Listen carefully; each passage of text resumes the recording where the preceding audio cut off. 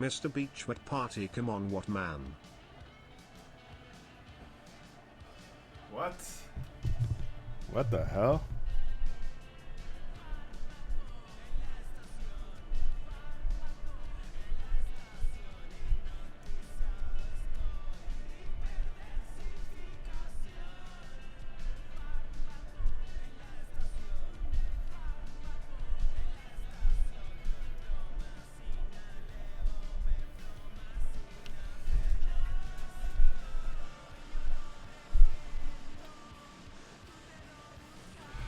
You guys think that Mr. Beast is gonna go fucking deep on his honeymoon?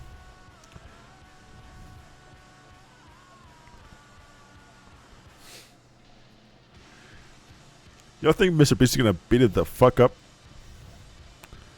That's grass? Sorry. Where's grass? No, I'm just kidding. By the way, it was a joke.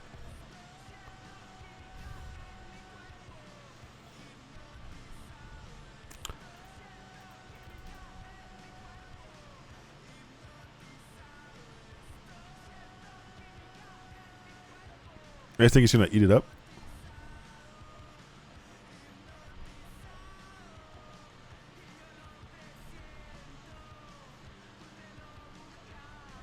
Mr. Eats.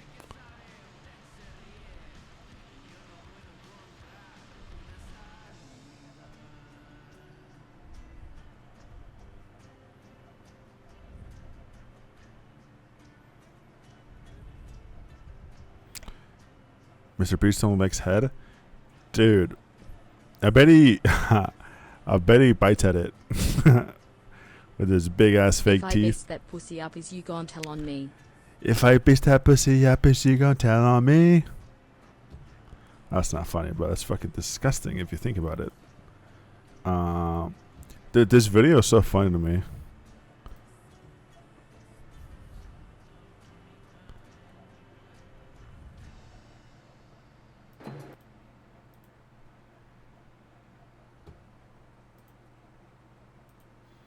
This shit is so good.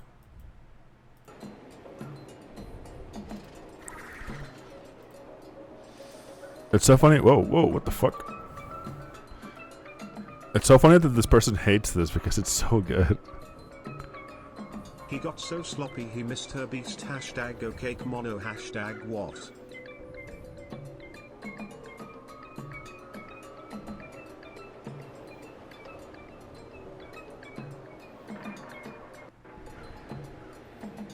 It sounds so good.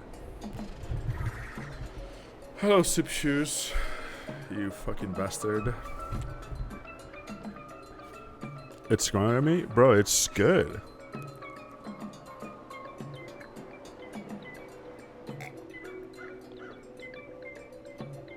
I don't know what you're talking about. I don't know what you're talking about an apple.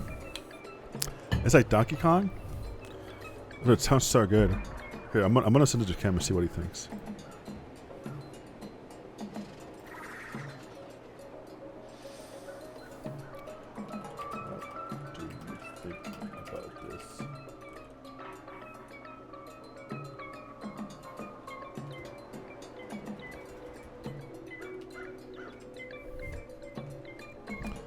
Upload the Mr. Beast wedding photos. I'm not gonna lie. I have 2 Twitter instances pulled up in front of my computer. I don't know where it is. I've but a clue. You just want to listen to this new single by this person called Agus Fortnite 2008.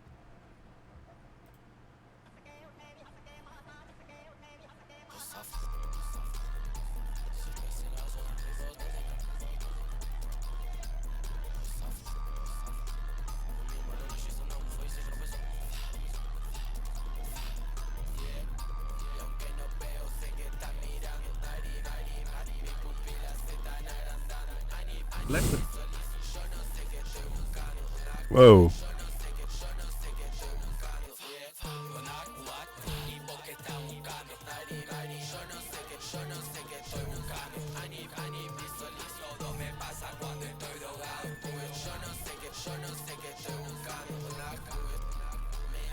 Let the.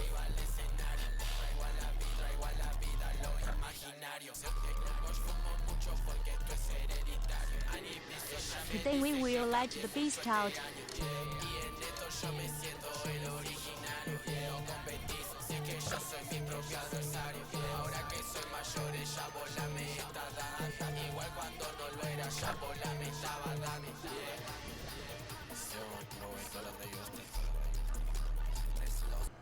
This is looking a little bit too much.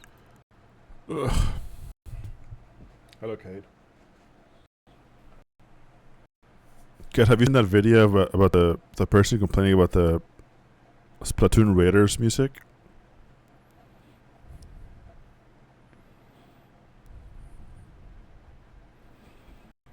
If you are listening RN and you are a beast, take your thingy out on your couch RN. Don't do that. Do not do that.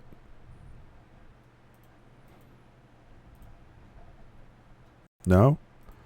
That's okay, but don't worry about it. You have a grudge against this person? I don't have a grudge against anyone, bro. If anything, I'm just cool, calm, and collected. I think I just crashed this game that I'm trying to open.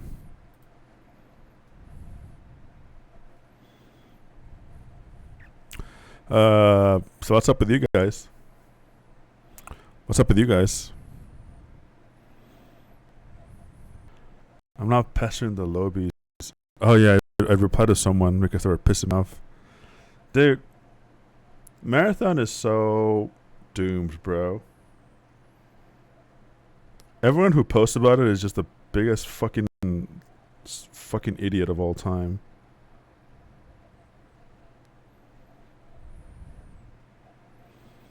You play the PV Marathon mode? Yeah, I've been playing tons of it, and I like it so much. I think it is so much fun. It's an amazing tool to like learn cryo.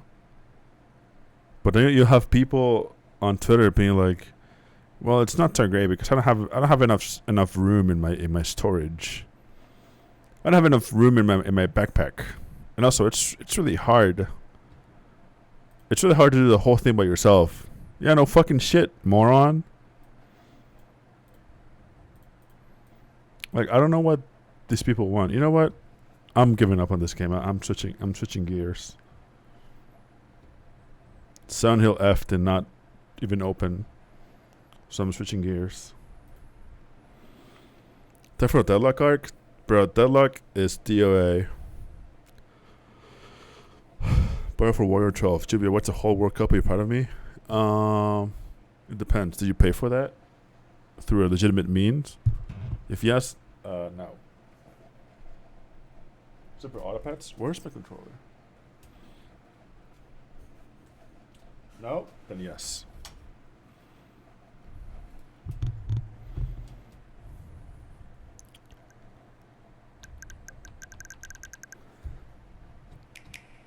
Two noises?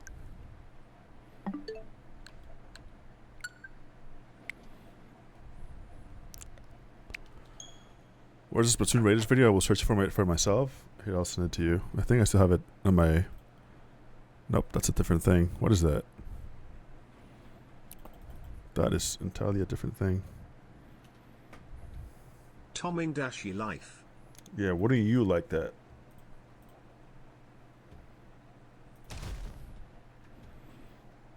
Thank you, Thaddeus.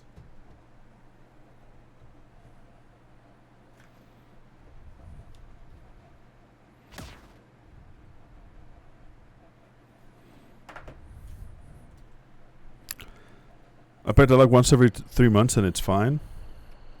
Deadlock, unfortunately, they put something in Deadlock that makes it just impossible to be played by me and my friends anymore.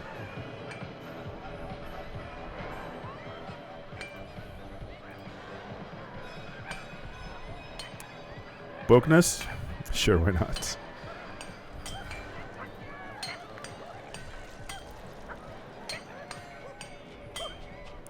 Boom.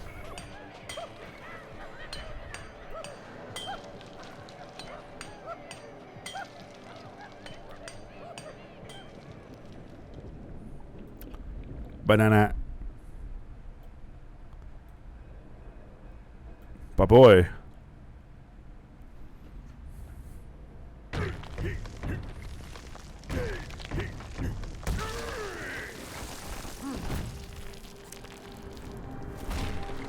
Did you sign up for Dust Bloods? I tried, but it didn't let me. It was like some sort of error.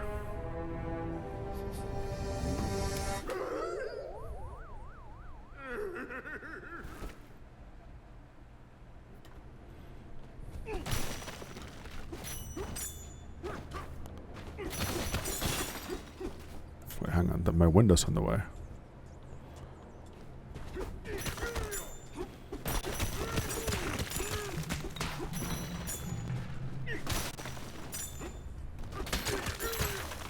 Dude, this is awesome.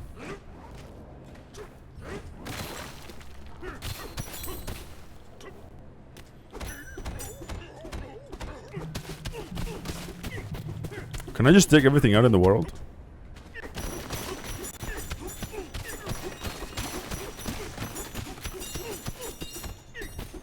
I got a bananium chip. Pause. Can someone change the title of the stream? Or the game of the stream? I don't care about the title.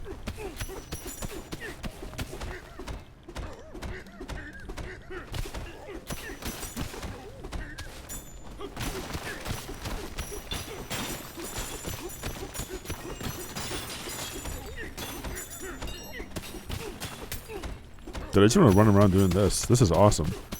This is like a fidget toy.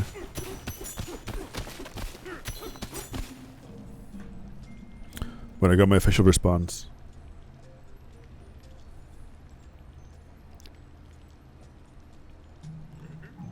Cam says, lol, the slow spinning doesn't help. I think it sounds great. Phone break? Phone break's over. Sorry. Wait. One more phone break.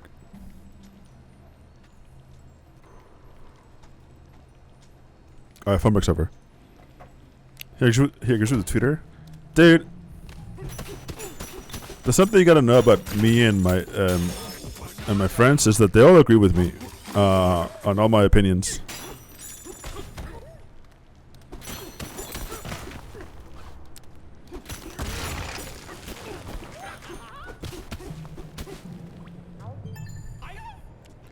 What the hell is this? You look pleased as punch. Fuck you, buddy.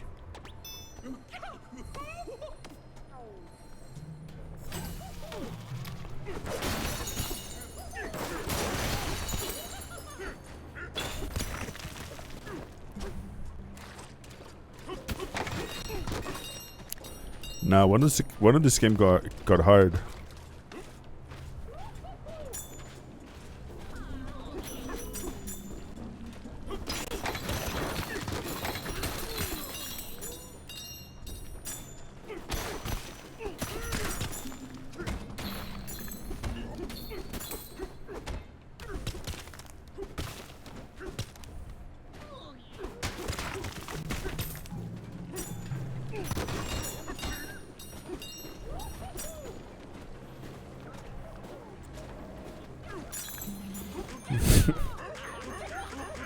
Dude, I can just punch monkeys.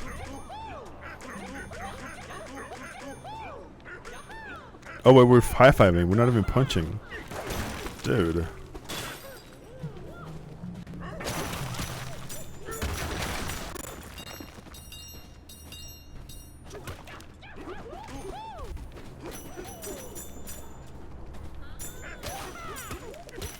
They cut my dad's hours at the factory and he does this when he gets home.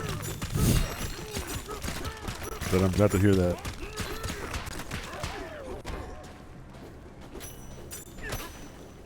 Whoa, I just grabbed a piece of poop.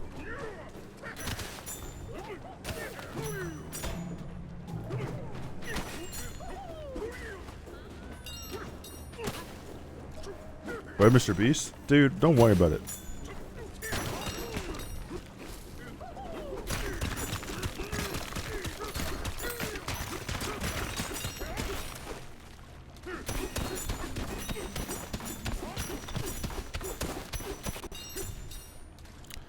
I don't like the decimal points on my score. Oh my god, look, it's a monkey. It's a donkey. It's a Kong.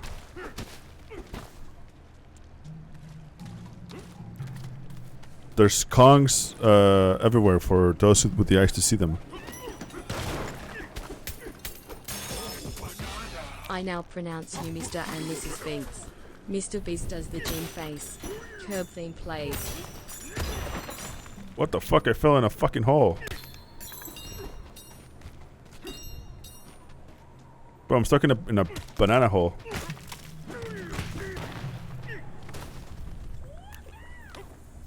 That's a 1.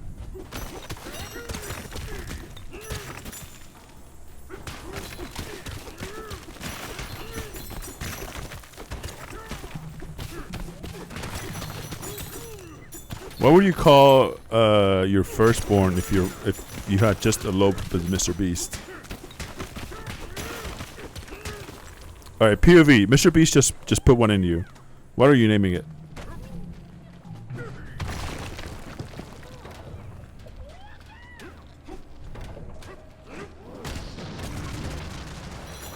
Mr. Angel, $1 million.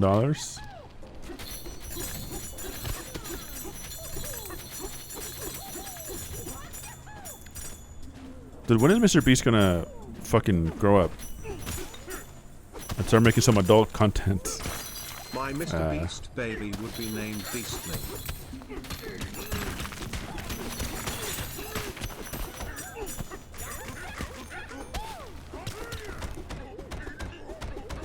That's not what I said.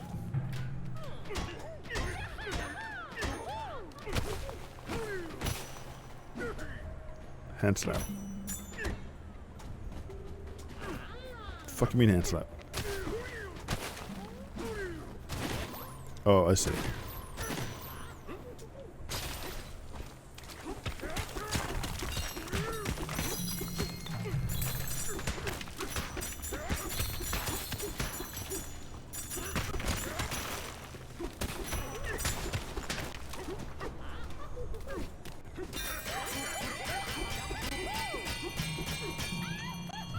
Dude, this can not be annoying to all these monkeys.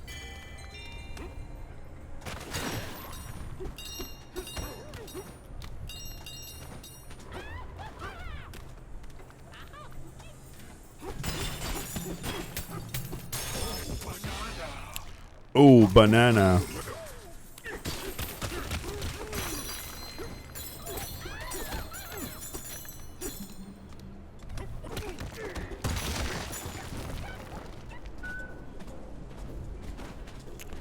Look around.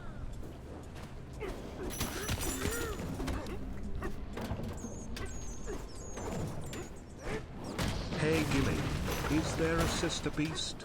Long. Well, long. Blah.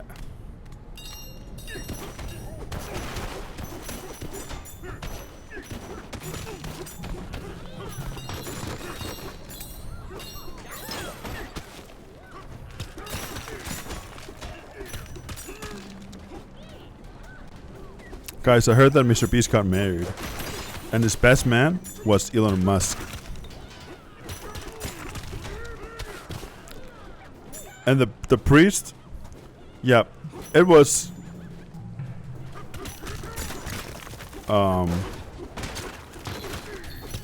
Keanu Reeves. Yep.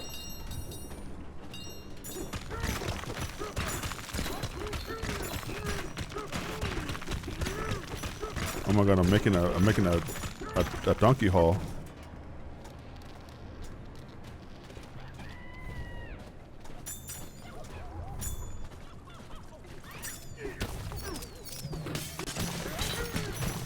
What, bro? I can't say fucking anything in this fucking world without being chastised for it. No one even has asked me what I think today.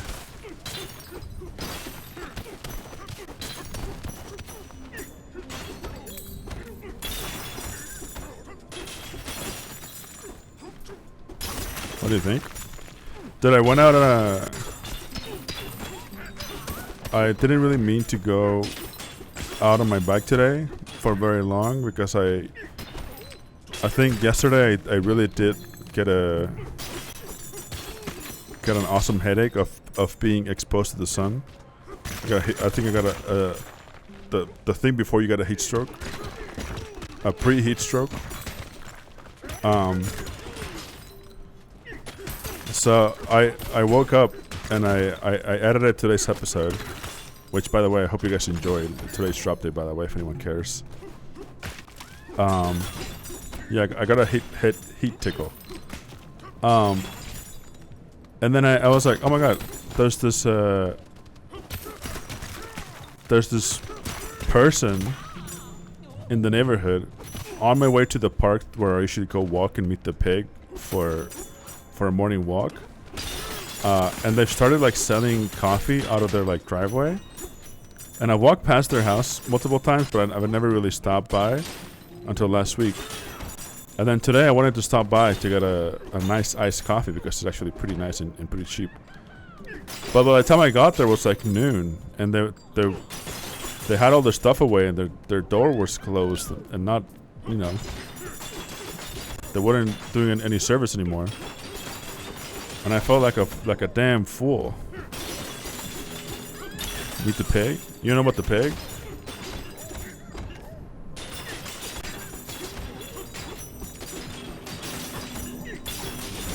No, I don't. Dude, there's a pig.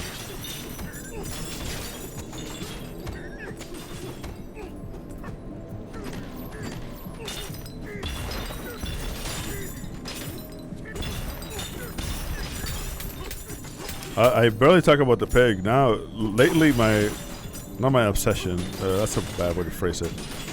But the new character.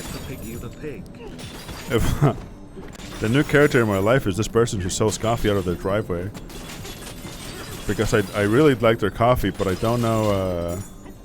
I don't really know them. It's not like they're my neighbor or anything.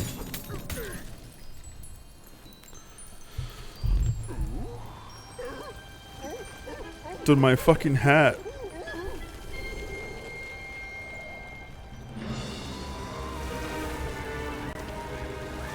And also, I feel kind of bad because last time I went to buy a coffee from them, they also had like a little like Costco muffin thing on the table. And then the next time I went, I was like, oh, can I? Oh, I kind of wanted a muffin. You don't got those? And they were like, no, sorry, I ran out, but tomorrow I'll get some more. And I was like, oh, that's awesome. I'll come by tomorrow. And then tomorrow, which was yesterday, I didn't even go. I fully camped. I went to Petco and then I stopped by a coffee shop somewhere else. And then today I was like, okay, I'm gonna stop by today and I'm gonna get that muffin and that iced coffee. And they were closed.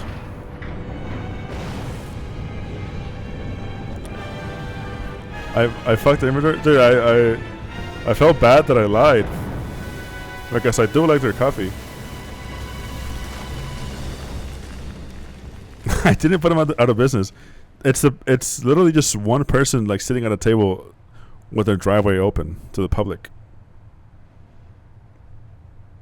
I might be their only customer. They're set up at a pretty bad spot. They're like they didn't even try. Why are you mad?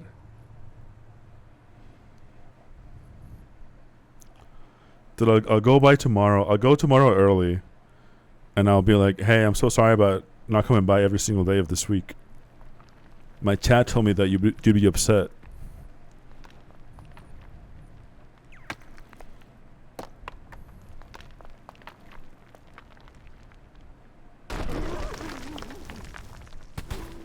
I really did want that muffin, though. I'm kind of pissed. I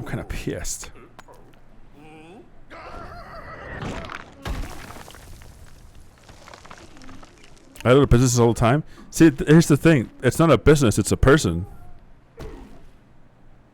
It's a person barely running a little table worth of a business.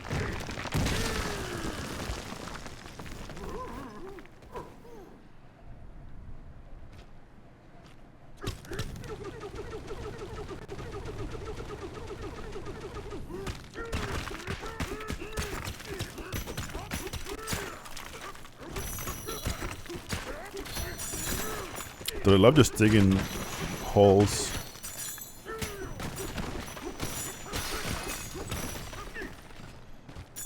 Punch upward.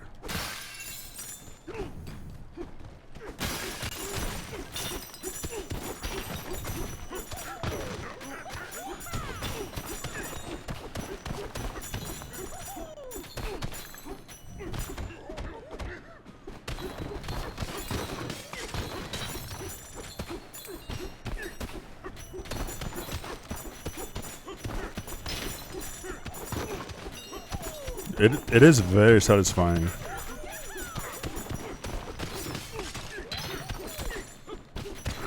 It's actually oddly satisfying, now that I think about it. Look how much gold I have. Oh my god, I'm so rich. I gotta save every monkey.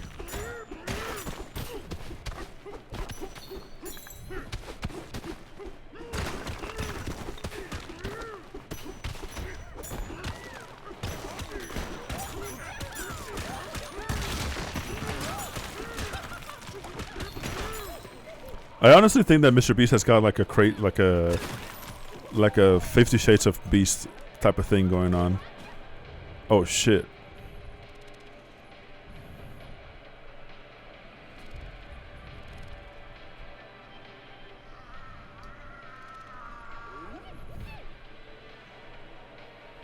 I think he's got bodies. Dude, what do you guys think Mr. Beast's body count is? Hi, Joey. Truthfully, no. It's actually been a while, but I haven't talked about it because I didn't want to be called Mr. Devices. I didn't want to be called a devicer.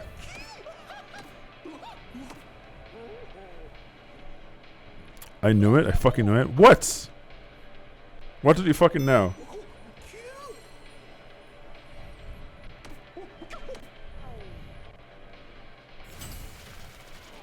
Meet up with the others. Dude, this game is actually quite... very quiet.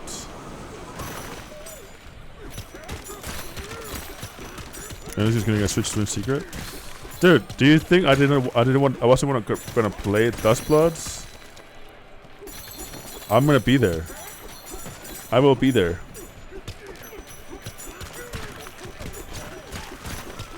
I mean, it is expressly to get to play Dustbloods. I don't think a Switch 2 is a very good deal.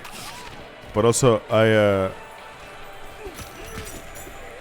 wanted to get ahead of the price hikes that were coming months ago, I guess, at this point.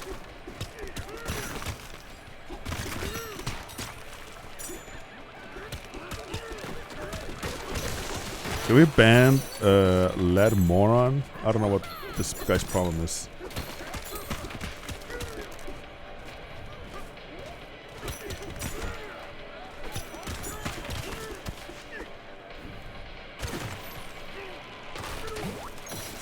Oh my god, my apple. I had 2 apples.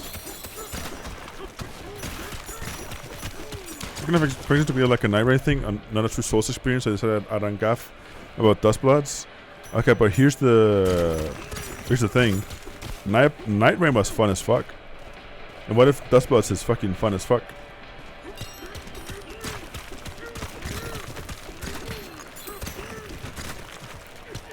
Dude, it's so...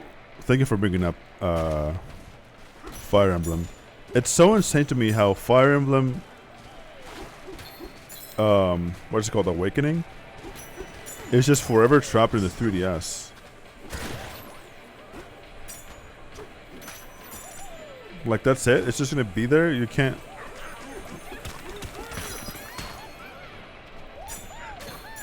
Like, that's the good one. What the fuck am I supposed to play? Fucking 3 houses? Fuck no.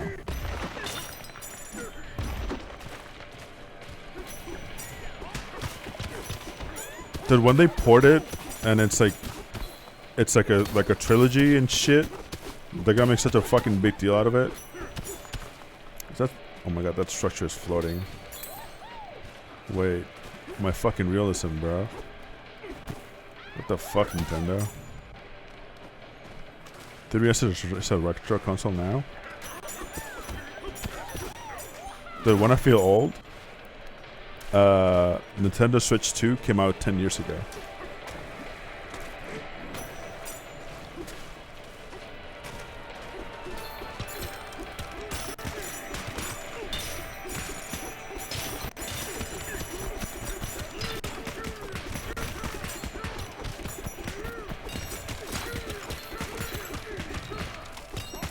Dude, when I feel old, get a walking stick and slowly walk through an intersection, a busy intersection full of cars, and see what happens. What is this game about, by the way?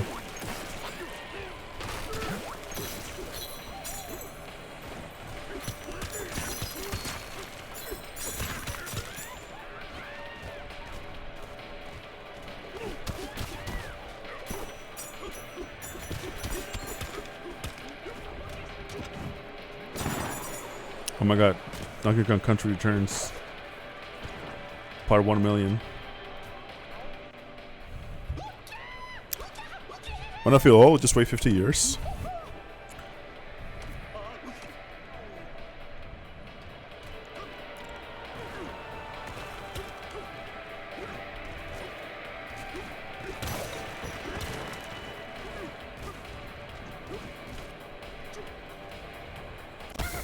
Oh!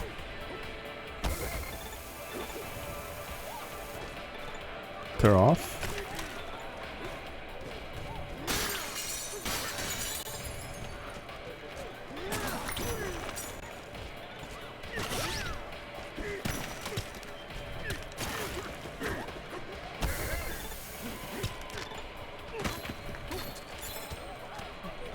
Hell yeah.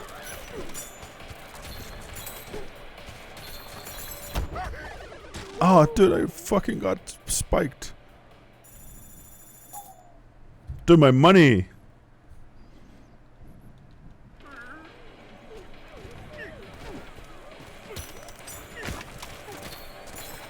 This is awesome, though.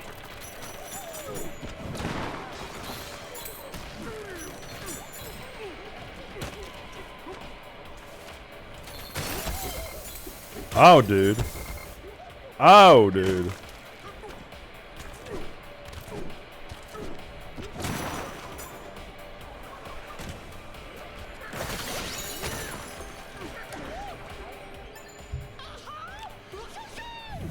Hey DK, glad you survived. Did you use the barrel cannon to get up here? Did I fix that barrel cannon? When does Mario show up? Dude, you are a damn fool. Wait, when are we gonna do when are they gonna do a new Mario game, by the way? Is Nintendo planning to release a new game soon?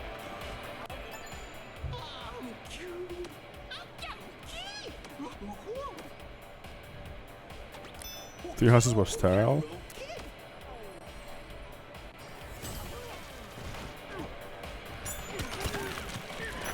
But I don't even know what that word means.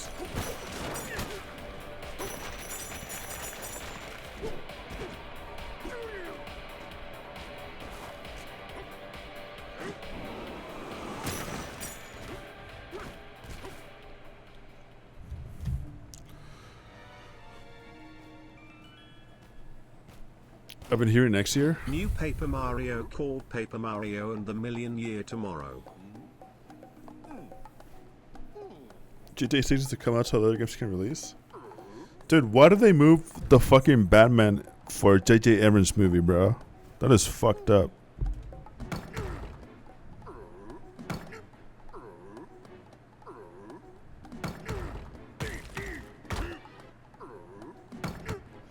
Dude, it gets so violent and scary.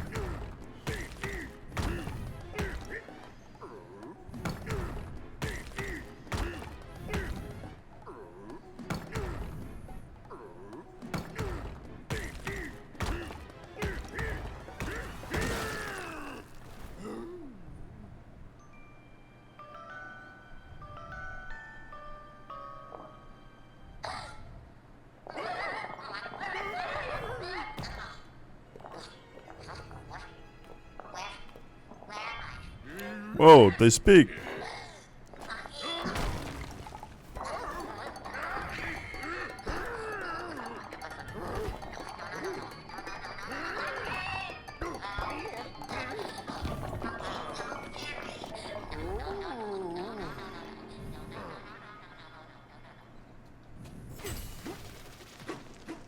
Oh my god, I can roll around like a ball.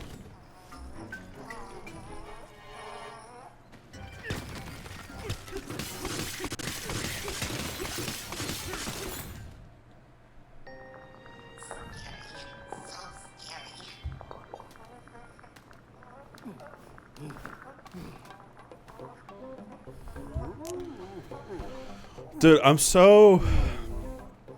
Anybody else think about the new Star Fox game that's just an old Star Fox game?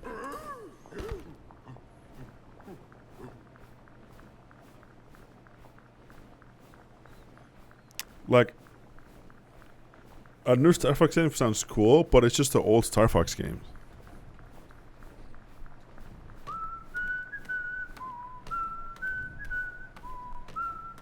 But I do like the old Star Fox game. But it's like $100 million to buy it.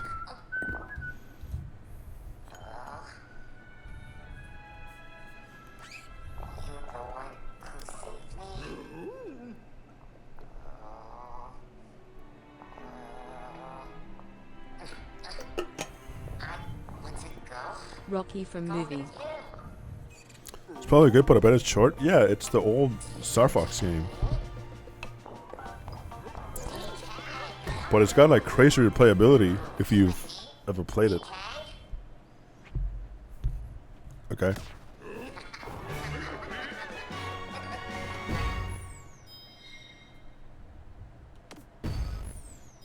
I can use the power of the Odd Rock's voice. What does that mean?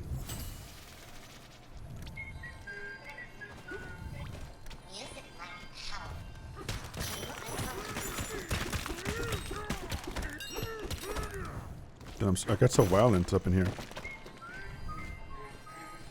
You know what I honestly want? I just want a new Pikmin.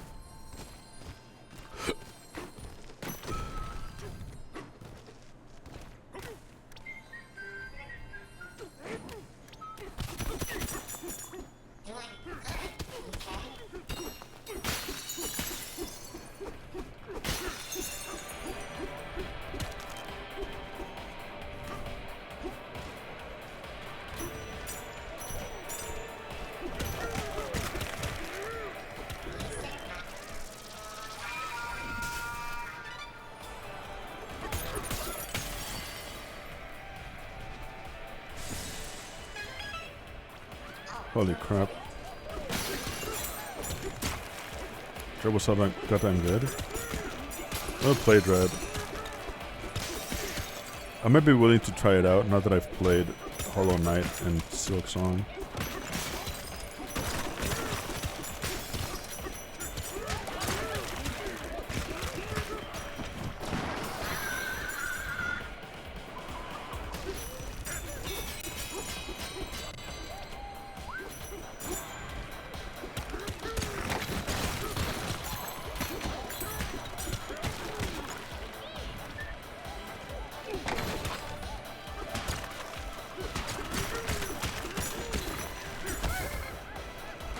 Dude.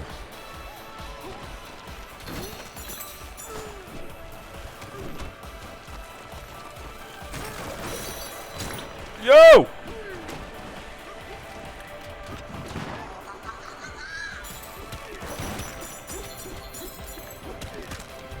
I like rematch a lot right now. The football game. Is that actually still going on? Oh my god, what the hell is that?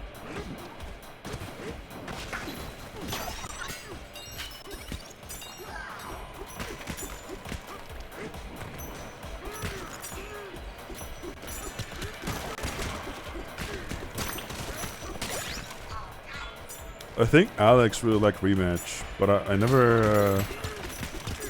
I think I played a demo, and I don't know if I bought it.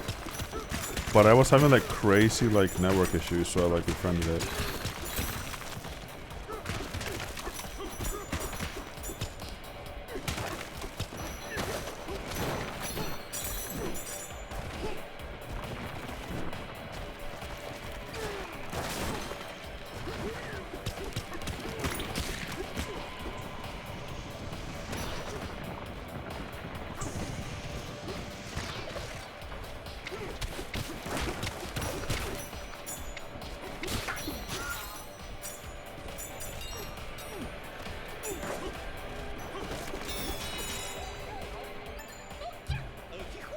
Dude, I don't like these monkeys. They look fucking weird. I just said yeah for no reason. The banana mile.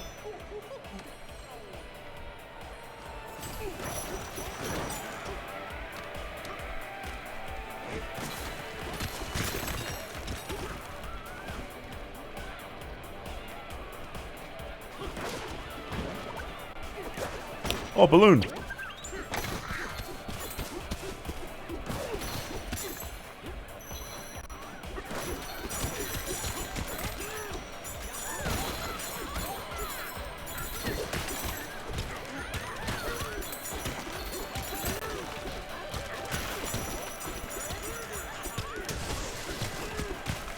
My works music they play sounds like the FIFA soundtrack.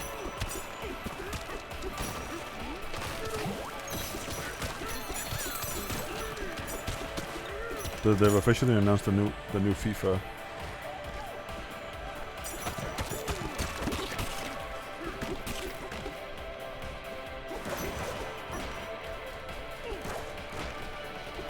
Yeah, the new FC.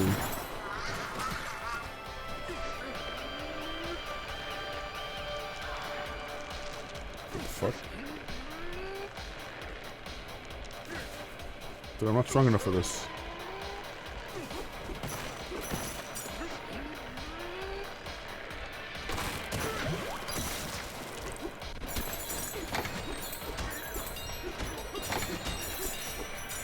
Dude, I love finding secrets.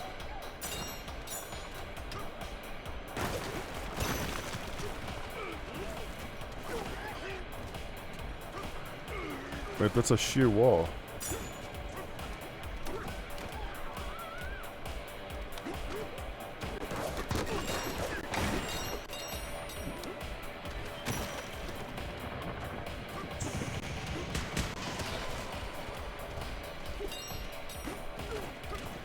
Oh, no, you can remote in an FC game? Bro, just play fucking FIFA 17.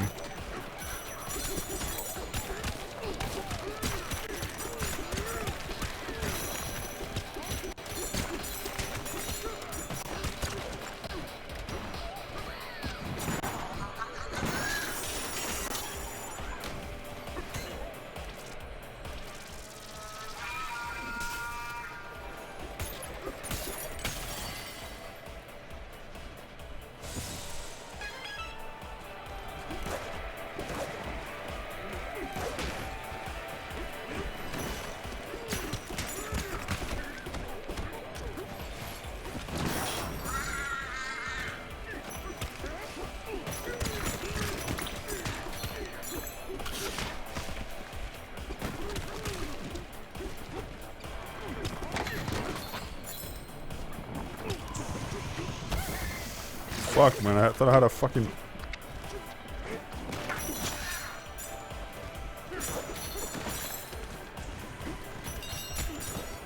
Give me a piece of rock.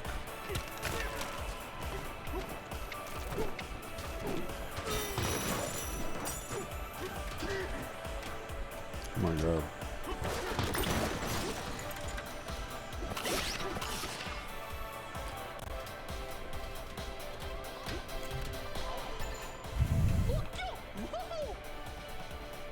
Have you seen the summit? Dude, I can't wait.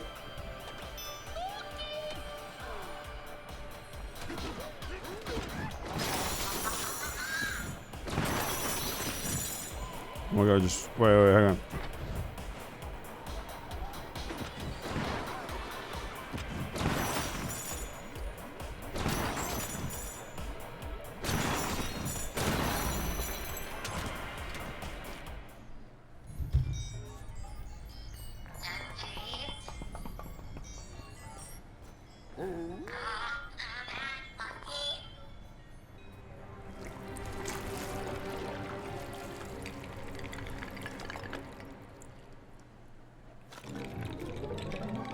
Oh my god, it's a cruel.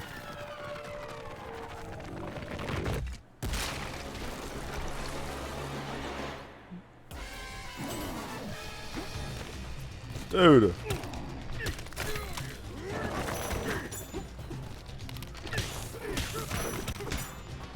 Fuck you, buddy.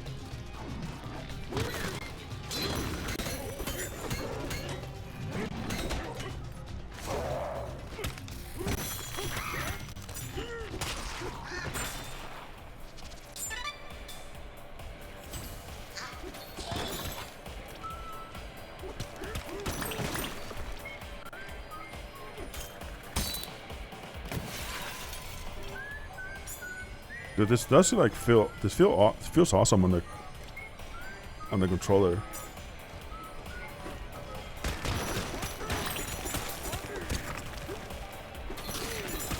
Sorry, I ate one froyo and I've had difficulty speaking, but this feels awesome in the hands.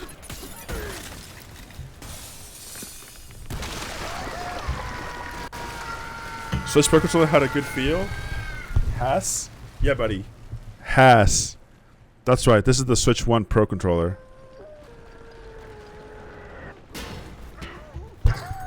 Do you think I'm paying $400 for the new one? Not yet. Probably not ever. It's the same though. I think there's some slight differences.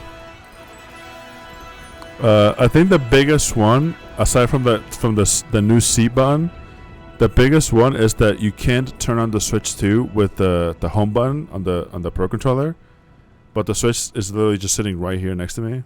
So it's like, what? Okay. Let's jump. There you go. Oh! Donkey Kong Bonanza.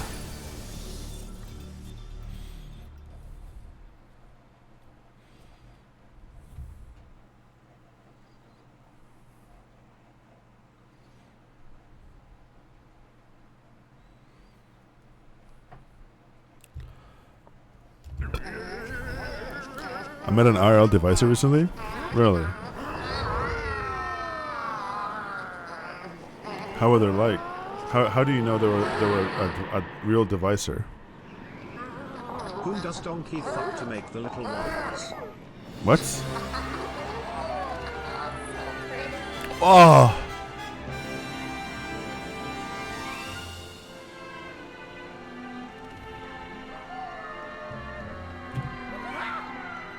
He had all his devices on him?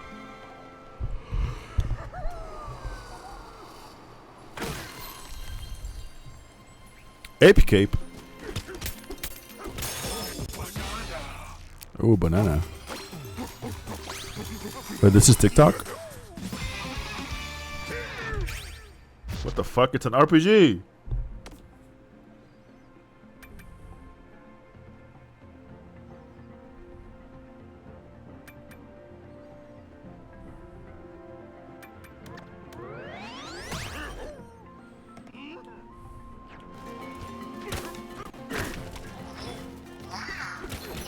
Oh good. Slop slop. My favorite.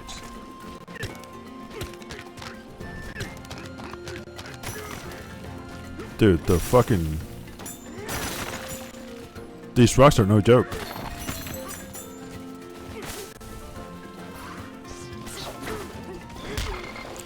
Ow.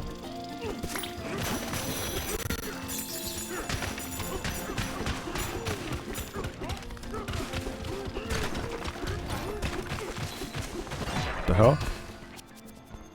I got a map.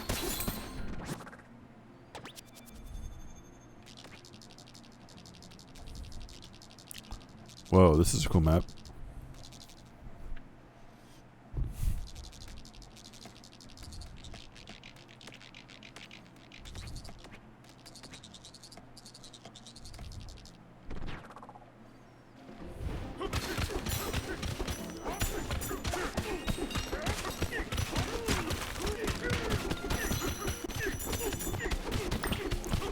I wanna go up, I wanna go up, I wanna go up, I wanna go up.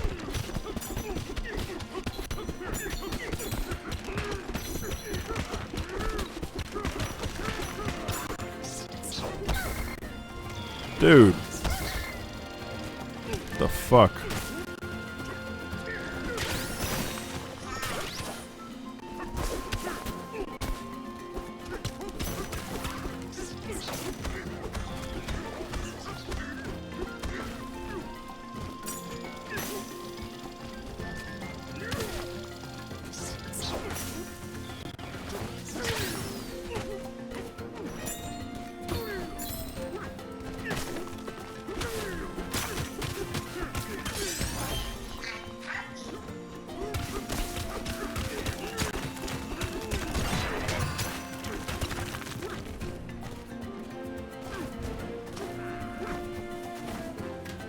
It's an open world game. Animals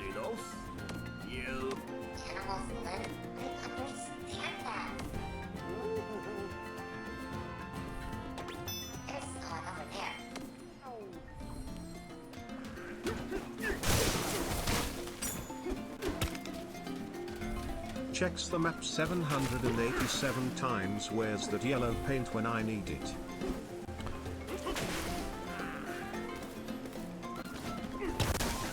Wait, how different? How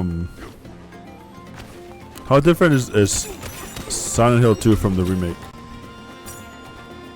Do you fight your wife in the original? This music makes me want a pina colada.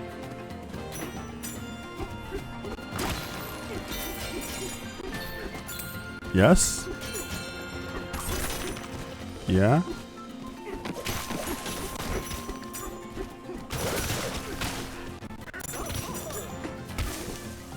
Wait, we should watch a. We should watch a Silent Hill 2 speedrun.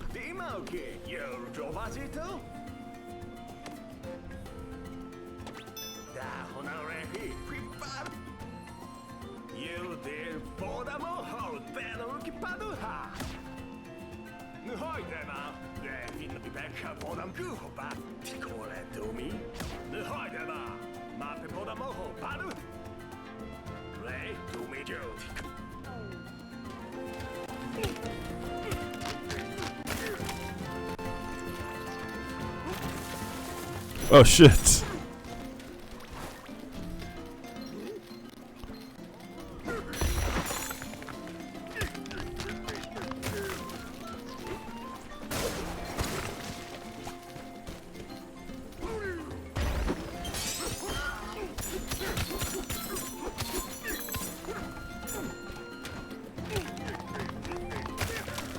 I need to watch a Silent Hill 2 speedrun where they explain everything.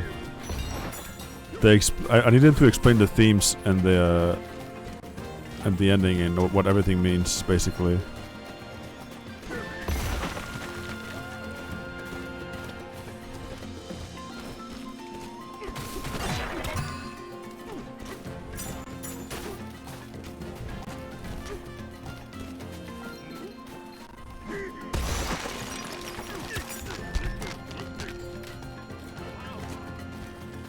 You kill his damn wife? Yeah, but there's I bet it's all just like a big misunderstanding. Like it's gotta be like a metaphor for depression or anxiety.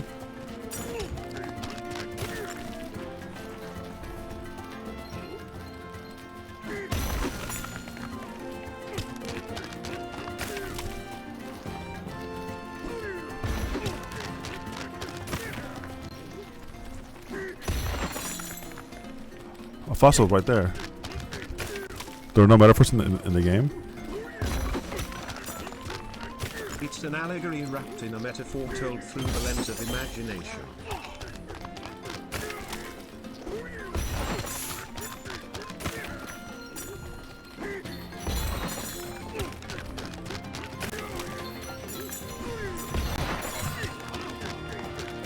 But there's so many prices over here.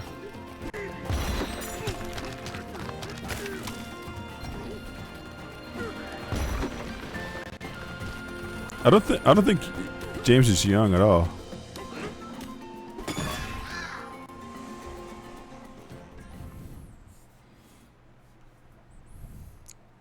What? You can't call him that. Oh fuck.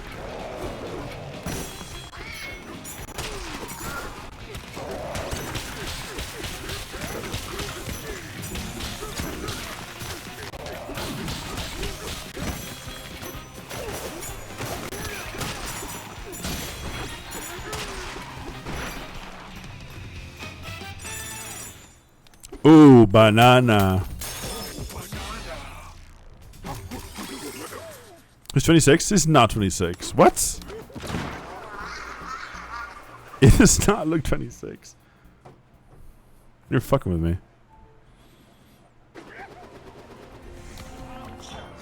Dude, that monkey just fell down. Oh, banana.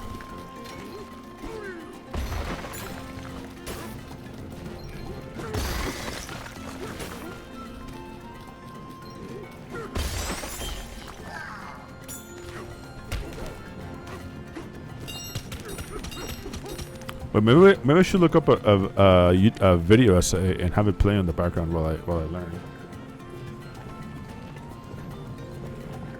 I think we're gonna start maximizing our brain power.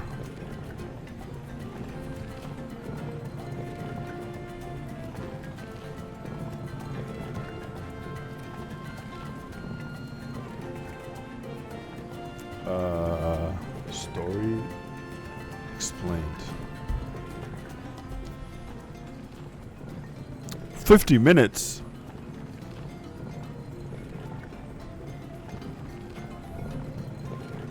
I never knew much about Silent Hill until playing through the remake over this past week, and This guy's just like me. And his name is Nitty the Noodle. So he's probably smart, right? He's probably a smart bloke. Little Nas. Little Nas.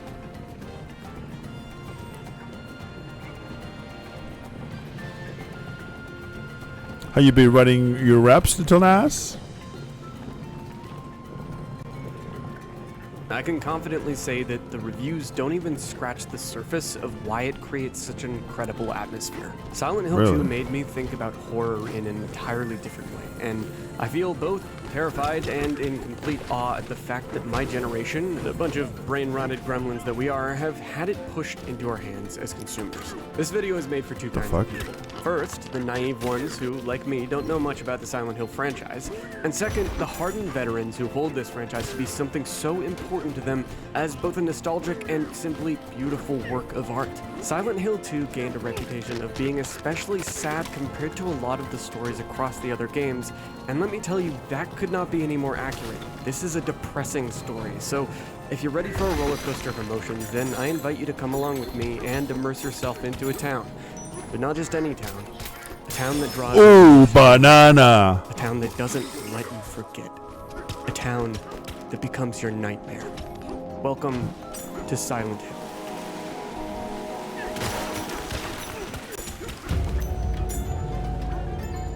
It is critical we talk a little bit about the backstory of Silent Hill as a town and, well, why it's so creepy, since the background knowledge will help you understand how you fit into all this in the actual remake. So let's get into it. Long ago, before major colonization from Europe, we zoom into what would later become Maine in America.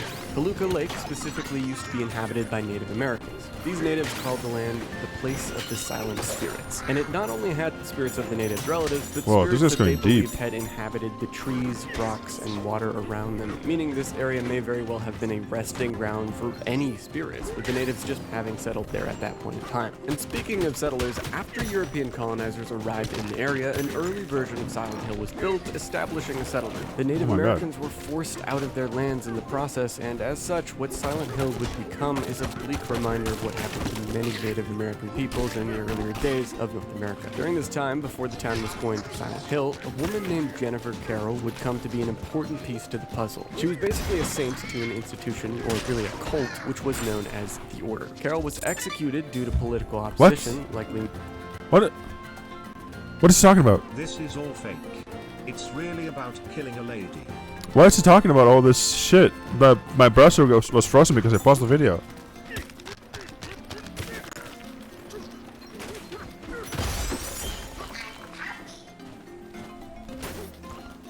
It honestly really just sounds like a bunch of fake bullshit.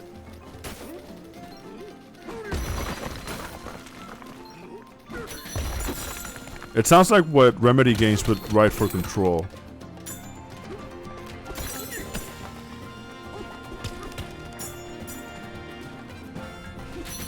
Can you turn back on the video? I'm not being stimulated or educated enough. Dude, shut up, bro. Low battery. Fuck my life.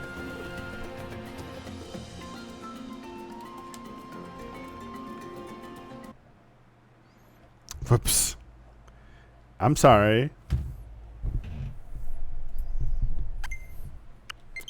Whatever, I'll deal with it.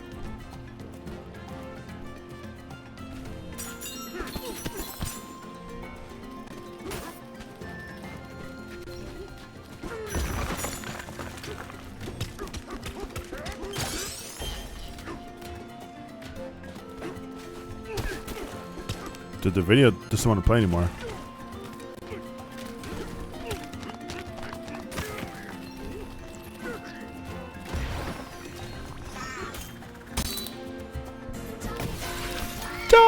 Charlie, Charlie. Oh, banana. Oh shit, my banana.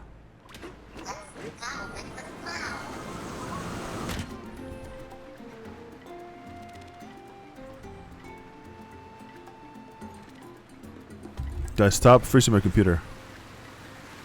What do I do about this, by the way? How do you unfreeze your browser?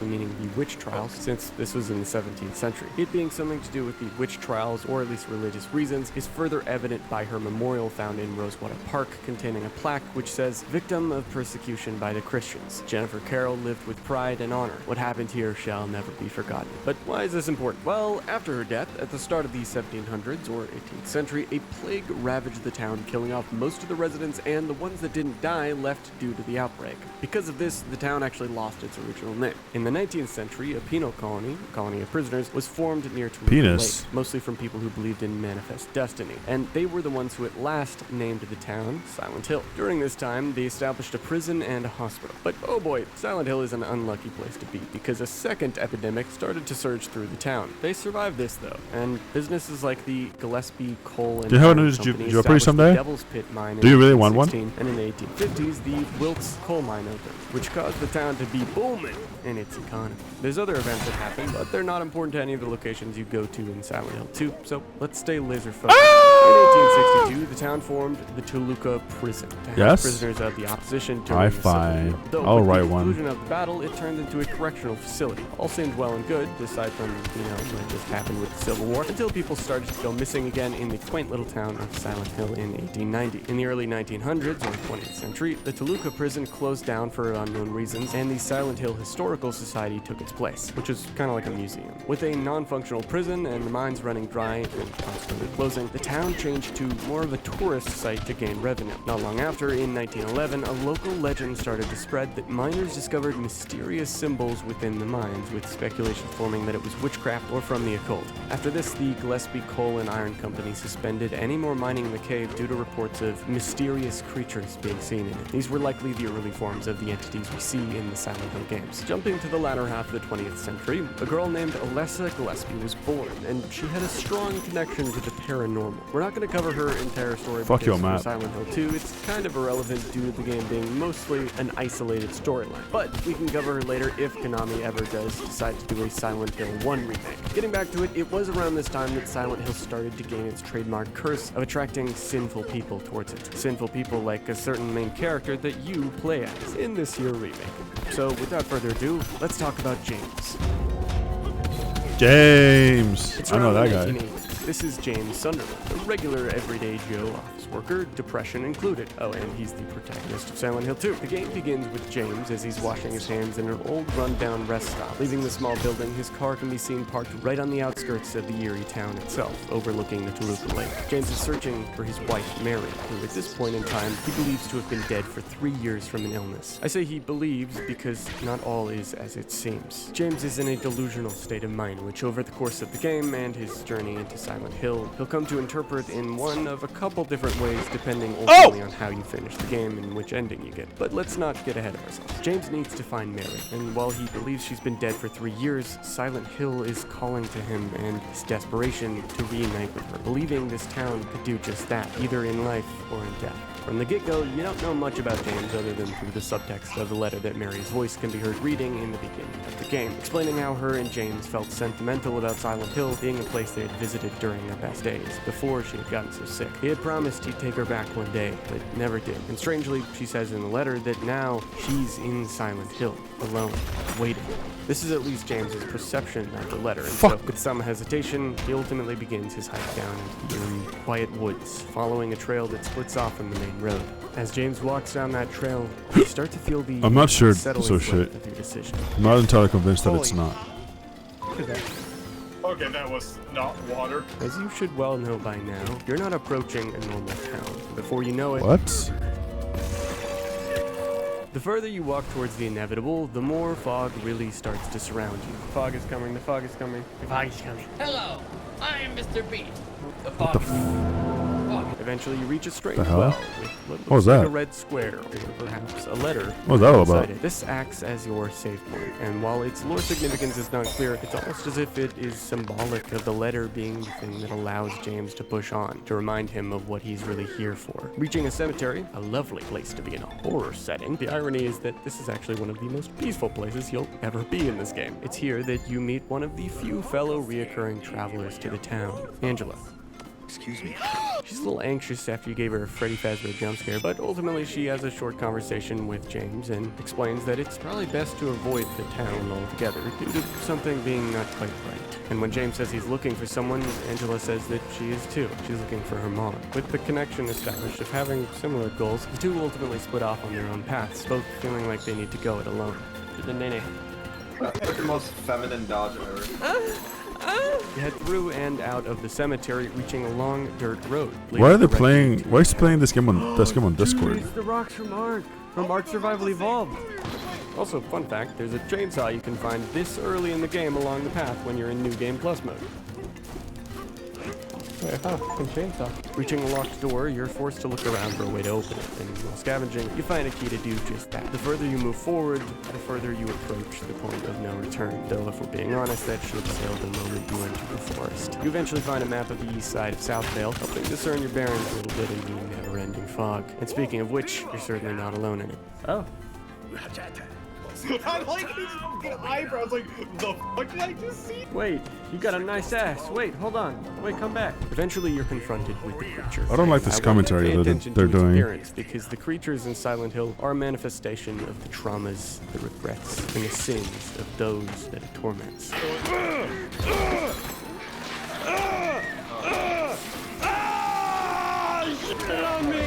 Oh, is she dead now?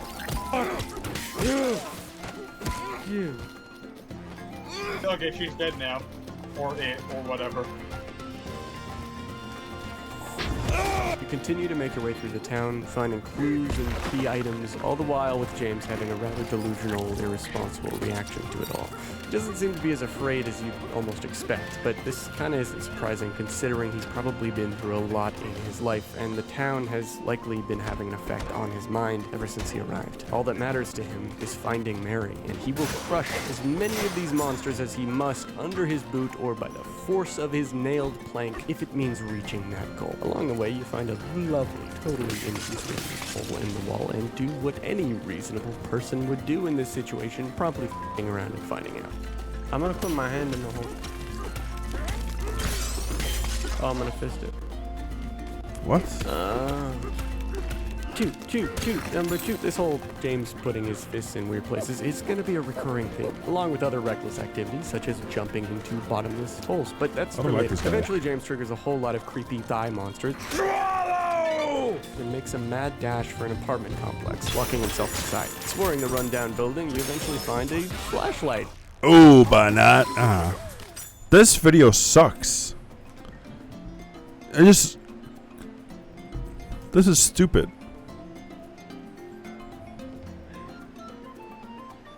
The primary theme of Silent Hill 2's story is truth. Every single character in the game has some truth they are either refusing to accept or running away from. Despite how twisted and warped and bizarre it might appear, Silent Hill's otherworld is actually a place defined by truth. Wait, what's this though?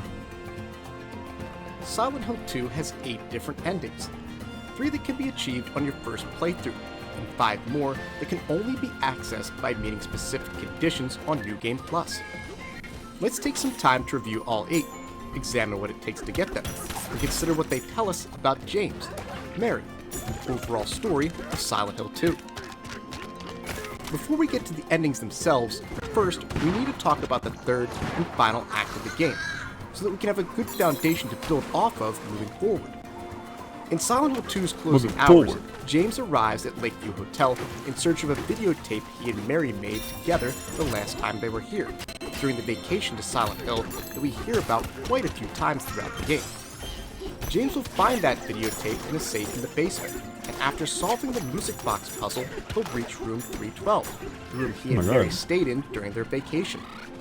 This is the so-called special place that James has been looking for all along. There, James will find a VCR, which he can use to play the tape. The tape starts out normal and heartfelt, with Mary asking James to promise her that he'll bring her back to Silent Hill someday, and saying that it was once considered to be a sacred location. Some of this, especially the part about coming back to Silent Hill, was echoed in Mary's letter. Suddenly, the scene shifts to Mary's bedroom. We hear her breathing heavily, and though it's shot in a purposefully ambiguous manner and from various points of view, the end result is clear. James kills Mary by suffocating her with a pillow. What? Beyond that, it really is ambiguous. We don't see James's face. We don't know if he's making an expression of anger or sadness. We don't know what he was thinking at the time, or what his reasons were. That's largely dependent on the ending you get, and even then, your personal reading of James's character will strongly influence your final verdict there. We don't know what happened before the murder, or what James and Mary were talking about before she fell asleep. In the Leave ending, Mary says that she told James that she wanted the pain to end, and it's possible that these were her last words to him before the murder. But in the Maria ending, she says that James robbed her of the last precious moment she had, which makes it sound like she wanted to stay alive a while longer. All we know for certain is that he killed her. That's all Team Silent wanted to show us. I got the good ending then, no? DLC info.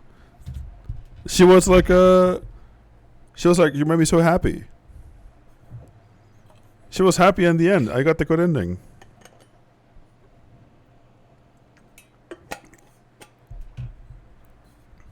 But didn't it feel so good? Well, sometimes life doesn't feel so good. How about that? Back in 2001. And here in 2024, Bloober Team has only made things more muddled. It is supposed to be open to interpretation and debate. No two people are going to play up to this point in Silent Hill 2, watch this scene, and come away with the same take on James Sunderland's actions. It's part of what made the original an all-time classic, and now the remake is introducing a whole new audience to Silent Hill 2's bold and complicated storytelling. That having been said, there are a few cold hard facts about Mary's death that we need to establish before we move on. First, in Mary's letter to James, which is read aloud to us in 2 of the endings, Mary mentions that she's been given permission. Oh, banana. This indicates that the murder took place at James and Mary's house. Some fans speculate that they lived in Ashfield, where part of Silent Hill 4, The Room, is set. Furthermore, this also suggests that the long hallway conversation, which we'll dive into very soon here, was not the last conversation James and Mary had before he killed her. We know this because, in that conversation, Mary mentions that James brought her flowers, makes specific references to the hospital she's staying in, and yells at James to leave and go home. Obviously, he can't leave and go home if they're already home, which tells us that this conversation took place at some point earlier.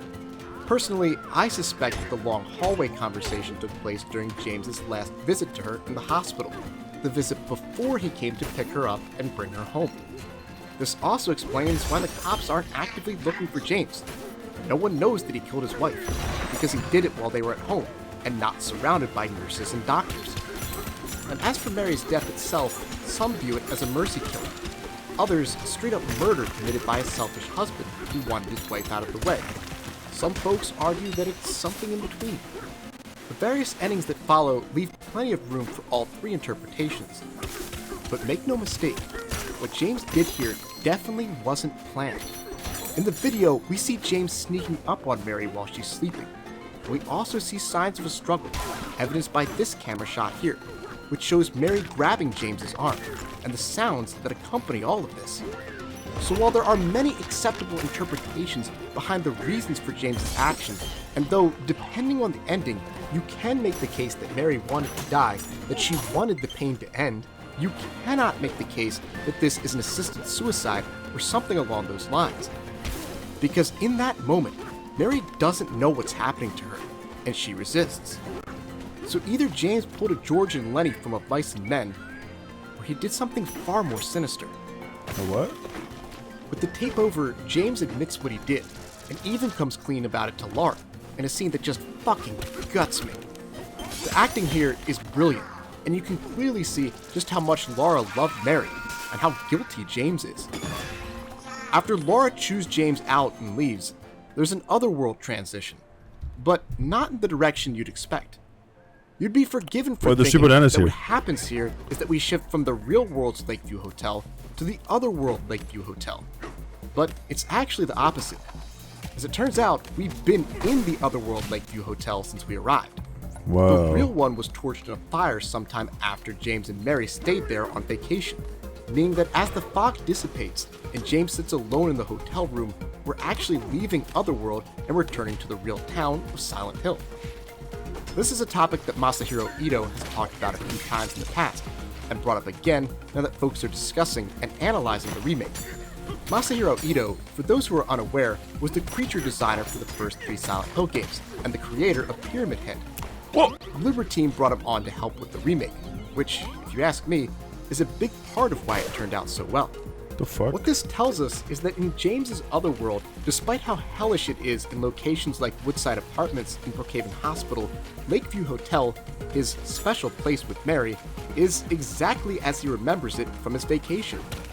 Well, mostly. It's now abandoned and crawling with weird monsters, but hey, you get the point. In any case, as he sits in the real-world scorched version of Lakeview Hotel, James hears a message from Mary on his radio. What the fuck? Just as she has throughout the game, she says that she's waiting for him. But this time, she sounds desperate, asking him if he hates her, telling him that he's close, and begging him not to give up. As James progresses through the burned hotel, you'll notice that the monsters he encounters are noticeably weaker, and don't really attack him, which, as I see it, is a sign that our protagonist is indeed nearing the conclusion of his journey, and that soon enough, he won't need these monsters anymore. For better, or for worse. Eventually, James will encounter Angela Orozco, who's at the end of her own Silent Hill Odyssey. Her heartbreaking story will need its own video, but to provide a quick analysis of what's happening here, she's trapped in a burning stairwell, with the defeated bodies of 2 abstract daddies on the wall. Most folks believe them to be representations of Angela's father and brother, who abused her. Angela initially thinks that James is her mother, who she's been looking for throughout the game. She soon realizes that James isn't her mother. Ooh, banana. And then reveals more of her own trauma, describing how her mother said she deserved to be abused. What? James tries to talk her down, but Angela is unfazed and asks him to return her knife. James refuses, and with that, Angela begins to walk up the stairs. It's at this point that James says that it's hot as hell in here, indicating that he can't see the flames. They're only visible to us players and to Angela, who says that for her, it's always like this. Most interpret this to mean that fire is a key component of her own personal otherworld, Fire is a much key like component. water is to James's and ice is to Eddie's. Angela then heads up the stairs, her final fate unknown. Shortly thereafter, James reaches Silent Hill 2's penultimate boss fight. Pyramid Head is back, and this time he's got backup. A second Pyramid Head. Maria is at their mercy, suspended upside down from a contraption that is reminiscent of both the execution cages of Silent Hill's past and the bed-like frame that surrounds the flesh lips, and later, the game's final boss. Maria begs James to rescue her, but it's no use, as the Pyramid Head stabs her before he can do anything. Then, in one of the game's most powerful moments, James drops to his knees, and at long last, comes to understand the purpose of Pyramid Head. He acknowledges that Pyramid Head is a manifestation of his desire to be punished for killing his wife, and that for a time, he did need him. But all of that is over now, and he's ready to face the truth of what he did. After proving that he is indeed ready by outlasting the duo, the Pyramid Heads will drive their spears into the ground and impale themselves on the opposite end. When this cutscene is over, each Pyramid Head will be holding an egg. The rust-colored banana. egg, which represents Mary, and the scarlet egg, which represents Maria. You'll need to place both in the doors in front of you to progress. Oh, Which the one you eggs are my pass wife's. through will influence what happens next. Thus, it's from here that the endings begin to deviate in earnest. Wait, what? So let's Wait, what the hell was that? doors in front of you to progress, but which one you pass through will influence what happens next. Thus, it's from here that the endings begin to deviate in earnest. So let's start things off with the leave ending. To get the leave ending, you need to keep your health up throughout the game. As in, don't just walk around the town hobbled and with the red border around your screen. You'll also need to examine the letter from Mary and the photo of Mary in your inventory. It's unclear how many times you need to do this to get the ending, but I got it on my first run despite only looking at these items once, right at the beginning of the game. Okay. Because of this, my personal opinion is that Leave is the ending that most players probably get on a first blind playthrough of Silent Hill 2. Because unless you know better, you're probably going to check out the letter and the photo at least one time. Another key to achieving this ending is to listen to the full conversation between James and Mary in the long hallway before the final boss fight. Again, this is something that I'd expect most players unfamiliar with the game's ending conditions to do. Of course newcomers are going to want to listen to this conversation. It's pretty critical. I don't think I did let's that. break it down here. In the long hallway conversation, Mary shifts between yelling at James and begging him for affection. She starts by chastising him for bringing her flowers, mentions how ugly and disgusting she feels, goes as far as to say that she thinks she looks like a monster, and then screams at him, telling him to leave. When he does start to leave, Mary changes her tone, pleading with him to stay, and asking him for comfort. It's unfortunate to say, but if you've ever known someone in palliative care, mood swings like this are fairly commonplace. When I played Silent Hill 2 as a teenager, I didn't understand it. But now that I've seen my grandmother go through it, and watched several of my friends have to put their parents in adult daycare facilities, Jesus. This conversation hits like a truck. What? Because it's a realistic representation of what happens when someone doesn't have that much longer to live. And if we are to fully understand James's character, it's important that we see a scene like this, and witness firsthand the emotional burden that Mary's terminal illness placed on him. Again, I'm not here to tell you how you should feel about what James did. That's entirely open to interpretation. But few people, outside of those who work with such patients day in and day out, are equipped to deal with this type of thing. At the same time, the long hallway conversation tells us quite a bit about Mary and her mental state around the time of the murder. We knew that she was sick and dying, but her dialogue reveals how depressed and helpless she felt in her hospital bed, with only doctors, nurses, Laura, and the occasional visit from James to comfort her. Mary wasn't an old woman by any means. She was young, probably in her 30s or 40s if I were to take a guess at her age. Okay. No doubt she had hopes, dreams, and goals of her own. Gold. She probably wanted to spend more time traveling with James. She might have even wanted to have Gold kids. City. Her terminal illness ruined that possibility.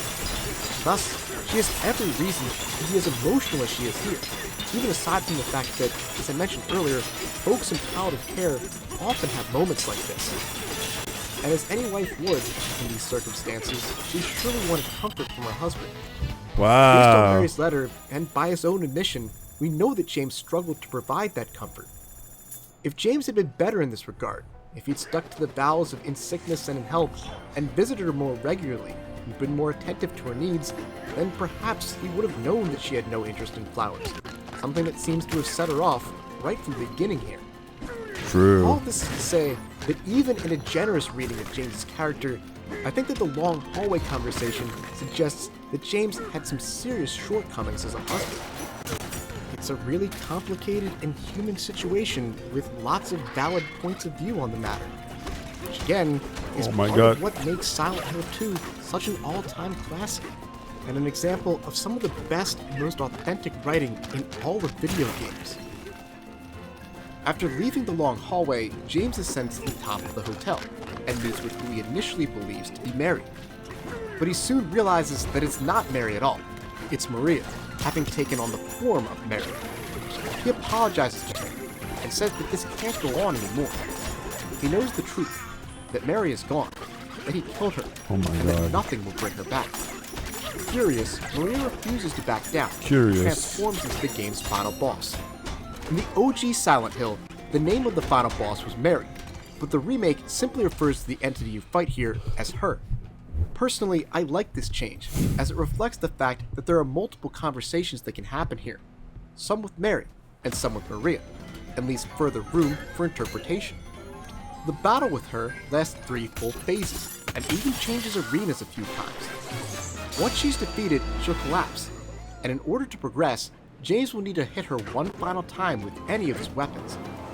So, essentially, what's happening here is that James is being forced to symbolically reenact what he did back on the Oh, video game banana. when he killed his terminally ill wife. It's dark and gruesome, but it's one of those quiet, metaphorical moments that the remake does so well.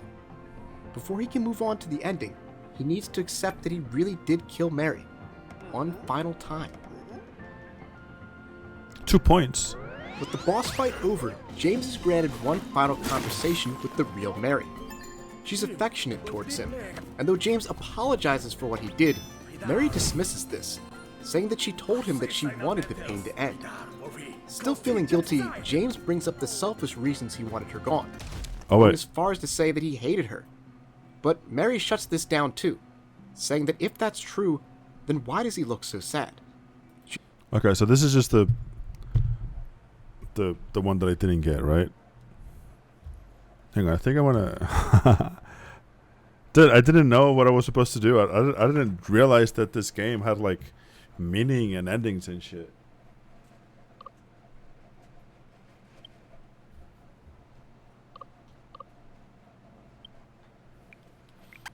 Like, oh, it's got writing and shit. Whatever, man.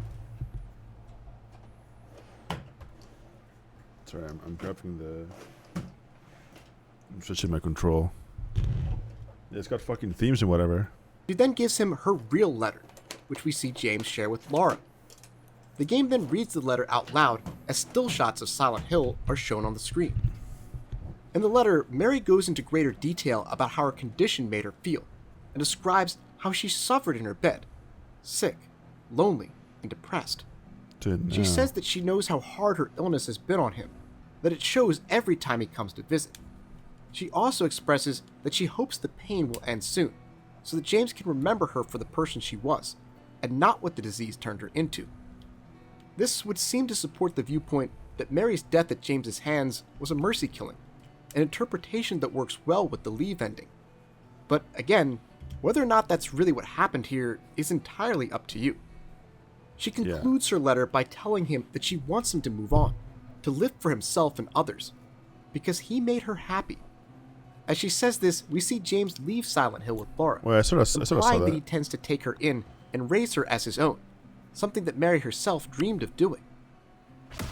It goes without saying that Leave is considered to be the quote, good ending of Silent Hill 2. James accepts that he killed Mary, finds solace in his final conversation with her, and decides to do something kind and productive with his future by adopting Laura. Whether or not James would be capable of being a good father is up for debate, but I personally like to think it's something he would have struggled with at first, but learned to do quite well over time. And regardless, Laura is a lot better off being raised by him than wandering the streets of Silent Hill.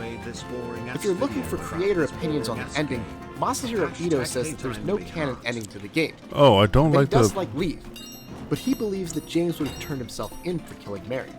So I guess if Ito had his way, he wouldn't have been able to raise Laura after all.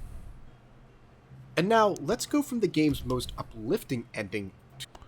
Dude, am I crazy? Why? The Joy-Cons feel horrible. The fuck? Something about the the face buttons and this thing being so close together feels really bad. Like the right stick. But then I just look at the Pro Controller and it's got kind of the sort of the same setup. I mean, it's not right under the face buttons. It feels horrible. Feels good with the kill switch scripts. Okay, Divisor. Look at this guy. He buys fucking D-brand shit. Shut up. To arguably its bleakest, the in-water ending. I bet you watch London's Tech Tips as well, bro. James's health throughout the game, allowing That's right. him to rest at critical levels rather than actively healing. But you can also trigger it later on, if you're so inclined, by inspecting Angela Orozco's knife in your inventory a bunch of times. In this way, the conditions for triggering it have some similarities to Leave, and that an early game item can influence the path that James takes. Well, I already owned you, so. For this reason, many players shoot for the Maria ending, but save their game before the final boss fight with the two pyramid heads, allowing them to examine the picture of Mary to trigger Leave, or the knife to trigger In Water. In any case, just like with Leave, to get the In Water ending, the player will also need to listen to the entire conversation in the long hallway. And fittingly, up on the roof, the scene between James and Maria in the form of Mary plays out just as it does with Leave. After defeating her, the In Water ending truly begins. Sitting in the front seat of his car, James apologizes to Mary, saying that he knows she wants him to move on, but that he just can't let her go. He then glances at his back seat, where many fans have long believed he was keeping Mary's body, something that the remake confirms, and looks down at her unopened letter. James then starts the engine and drives the car into the lake. The game reads Mary's letter aloud as it descends to the depths of Toluca Lake. The content of the letter is the same, and while it might just be the music, her tone seems noticeably bleaker and more depressing, which leads me to believe it's a different take entirely. Regardless, In Water is truly the opposite of the Leave ending. James acknowledges that he killed Mary, and that she's not coming back, but decides that he can't forgive himself and go on without her. In doing so, he rejects Mary's last wishes, her desire for him to move on, and to be the man he was for most of their marriage. Oh! To me, that makes In Water the game's, quote, bad ending. But there are bleak elements to all of the non-joke endings, so it's really up to you to decide which one is deserving of that title. That said, many players, going back to the original game, consider the In Water ending to be the game's canon ending. This largely has to do with the fact that, as I just covered, Mary's body has been in the back seat of James's car all along. Furthermore, James's original voice actor, Guy Seehee, prefers this ending, as the one used in the original game's novelization. Ito has said that he likes this ending, along with Leave, and acknowledges its popularity with fans. Green Monkey. Now, as mentioned earlier, Leave and In Water are fairly easy endings to manipulate, at least in theory. But the third standard ending for the game is notoriously tricky to get, and that's the Maria ending. To get the Maria ending, you need to, generally speaking, show as much interest in Maria as possible. Stay close to her when she's accompanying you, protect her from monsters as best you can, and talk with her every chance you get. All of this works on something called a reputation system, which makes it tricky to gauge. But other factors that are reported to influence this ending include using the ripe apple instead of the rotten apple in the mirror puzzle, going through the door you place the scarlet egg into instead of the door you place the rusted egg into after your battle with the two pyramid heads, and leaving your personal items, like Mary's photo and letter, behind in the locker when you enter the service elevator in Lakeview Hotel. I did do that. Unlike the Leave and In Water endings, which call for you to listen to the entire conversation in the long hallway before the boss fight with her, to get the Maria ending, you should sprint through the hallway as quickly as possible, with the goal of reaching the door before it's over. Interestingly, if you start sprinting the second you enter the long hallway, you'll reach the end while Mary is yelling at James, before her demeanor changes and she starts to look to him for comfort. Which, I'd say, reflects that in this version of events, James let the moments where Mary was angry about her illness deeply affect him, and focused little on the moments where she wanted his affection. Prior to the final boss fight, an entirely different cutscene plays out. This time, James doesn't talk to Maria pretending to be Mary. He's straight up talking to Mary. And what she says here changes, well, everything. As mentioned during our discussion of the Leave ending, in that version of events, it sounds like Mary did want to die. But in the Maria ending, that's definitely not the case at all, because here, Mary yells at James, saying that he killed her. This, of course, is true in every version of events, but for her to say it like this suggests that she didn't want to die. Then, she accuses James of trying to replace her with Maria. And after defeating her, that's exactly what James does. He returns to Heaven's Night, where he reunites with Maria. The fact that this is where he finds her says a lot about his motivations. Heaven's Night is a strip club, so by meeting her here, of all places, the developers are really emphasizing James's sexual frustration and all the other selfish reasons he had for wanting Mary gone.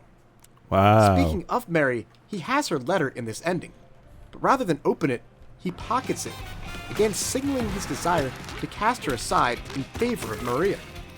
James and Maria then leave Silent Hill, but before they do, Maria coughs, just like Mary does on the videotape, indicating that she, perhaps, is about to suffer the same fate as her alter ego. Damn. The cyclical nature of this ending has led many to believe that James is in a recurring loop, not unlike the protagonist of Silent Hills, I suppose you could say. Evidence for this, beyond the ending itself, includes the references to the concept of samsara throughout the game, and the fact that all of the human bodies, including those murdered by Eddie, look like James. Thus, some believe that the Maria ending is just a step along the path, until James ultimately accepts Mary's death, and either moves on, as he doesn't leave, or decides to end it all, as is the case within Water. As far as the base game is concerned, that's it for the endings.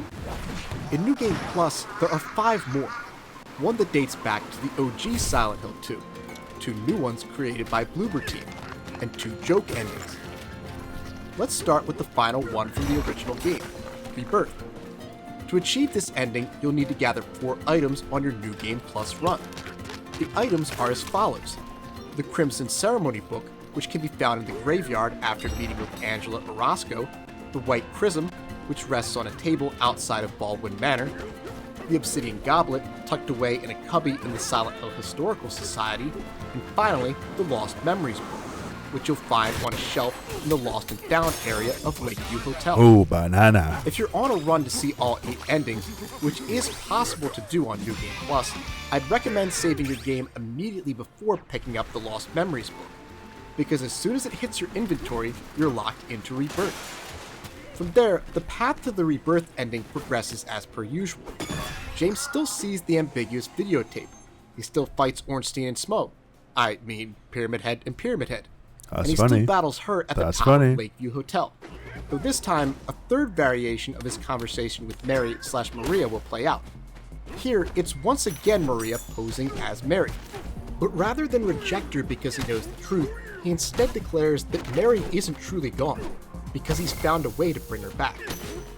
True though this may be, he sounds completely fucking delusional in this scene, and very clearly hasn't accepted what he did. After defeating her, a cutscene will play showing James rowing out across Toluca Lake, presumably to the island where the exiled woman lived in the folktale referenced throughout the game. He's got Mary's body with him, up in the front of his boat. He apologizes for, quote, waking her, but says that he can't go on without her, and then declares that the old gods of Silent Hill still remain in the resort town, and that they still offer aid to those who venerate them. This implies that he intends to perform an occult ritual to bring Mary back to life. This ending is decently popular with the fanbase, especially those who entered the series with Silent Hill 1, as its mention of old gods and occult rituals is a callback to the first game. Banana. I like it because it's totally quite different than the others, but still gestures towards the possibility of the loop theory being a thing. For the record, I'm not sure that I'm a proponent of that theory myself. Dude, it sounded like just a ripoff. Makes a point of continuing to honor oh, banana. After decades lost in the fog, we should cherish the things about Silent Hill that made us keep coming back to the resort town. And fan theories are certainly one of those things. Now, let's move on to the 2 new endings. First up, let's talk about the Stillness ending, where some folks are calling it In Water 2.0. And appropriately, to get this ending, you have to have first unlocked in water. So if you're out there trying to make it happen, make sure that you've achieved that one first. In addition, you'll also need to get the chainsaw from the Silent Hill Ranch, and use it to acquire the Key of Sorrow from a green car on Wiltsea Road.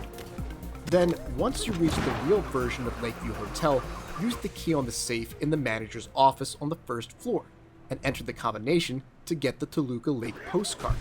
Inspect the postcard at least once, and you should be good to go. Structurally, this ending is indeed very similar to In Water. James is sitting in his car, back where he started the game, when he expresses how much he misses Mary, and how he can't forgive himself for killing her. It's at this point that he seems to imagine Mary talking to him. She asks him what's wrong, calls him honey, and touches his face. He asks her if she'll wait for him, and she says that she'll always be waiting for him.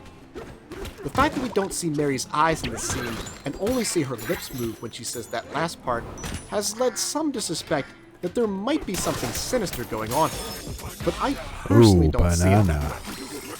James then looks down at the letter from Mary and starts the engine. But if you listen closely, there's a pause before the car drives into the water, which isn't there for the In Water ending. And the sounds in general are slightly different, and thus some folks speculate that James got out of the car in this ending. In light of this, I've seen folks interpret stillness two different ways.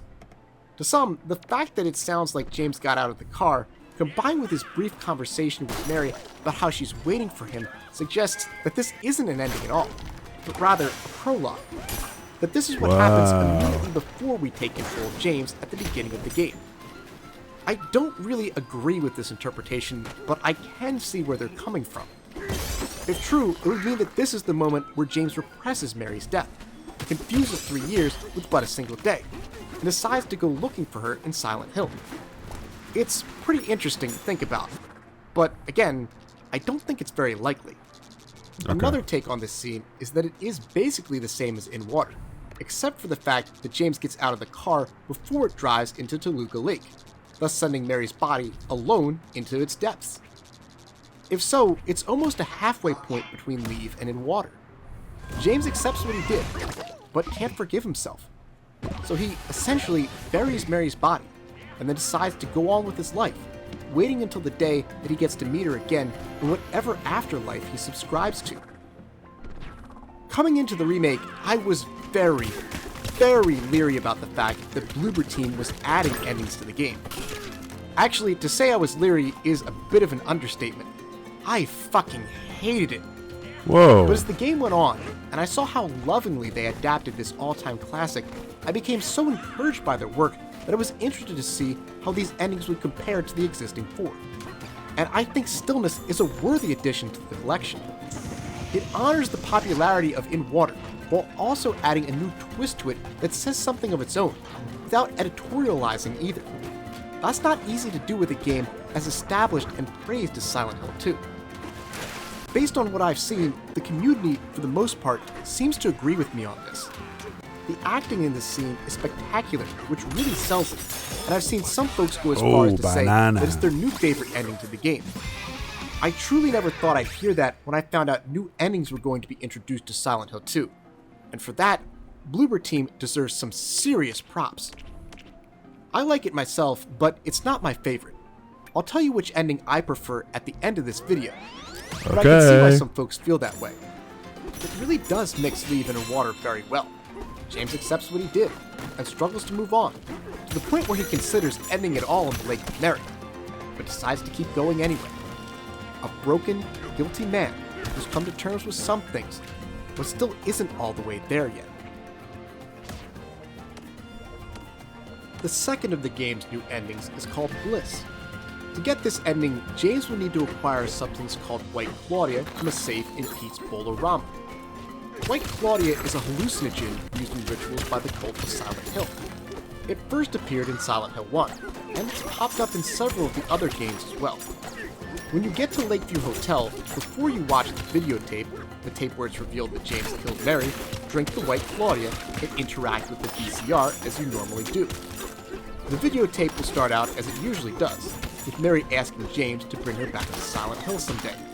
But just before the ambiguous murder typically takes place, things shift entirely, as James walks into the frame and embraces Mary. The apparently happy couple then realizes that they need to get packing. Must be checkout day. James heads over into the corner and zones out for a moment, at which point Mary asks him if something happened. He responds that everything is fine, and legitimately smiles for the first time in the entire game, before the screen cuts to static. The game ends with a final shot of the hotel room, with James gone from the chair.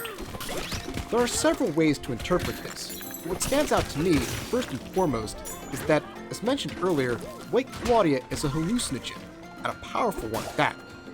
So, at a base level, I think we can definitely say that our boy James is on one hell of a drug trip during this scene. But why does he vanish? And what's up with the moment where he appears to zone out? Well, I might be reading too much into this, but let me play that moment for you again one more time. James, honey, did something happen? That part where Mary checks in with James sounds eerily similar to this line right here from Maria. James? Is everything alright? Oh shit. She says this when you save the game in her presence, which makes me wonder if he's doing something similar here.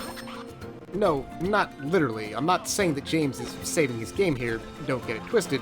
Rather, I think that Don't get it twisted. perhaps the game is suggesting that he is symbolically choosing to stay here, to persist in this memory, to dwell on the past instead of moving forward. And it's using something meta, in this case the save game feature, to demonstrate that. Hell, even the way he blinks out is similar to what we see when you save your game. So I really do think there's something there. It would also help explain why he disappeared. Well, hang on. Oh!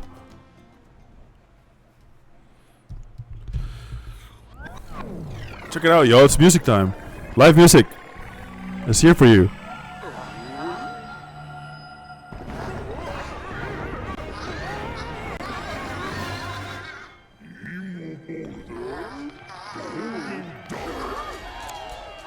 Wow.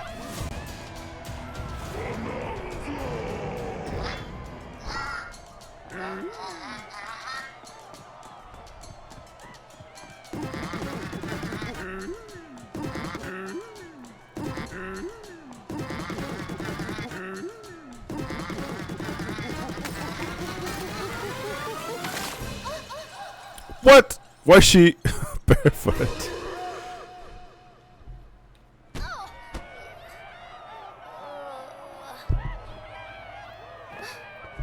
What the hell? I'm free. It's Daisy. What's going on here? Is that no way. Wrong? Sing? You like to sing. Ready to. The crowd is so big. I won't do it. I can't do it.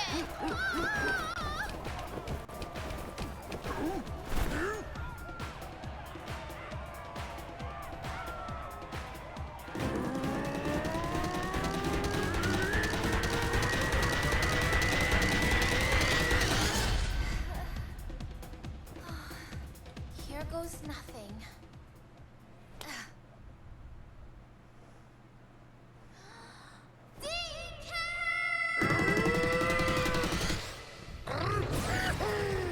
Oh my god.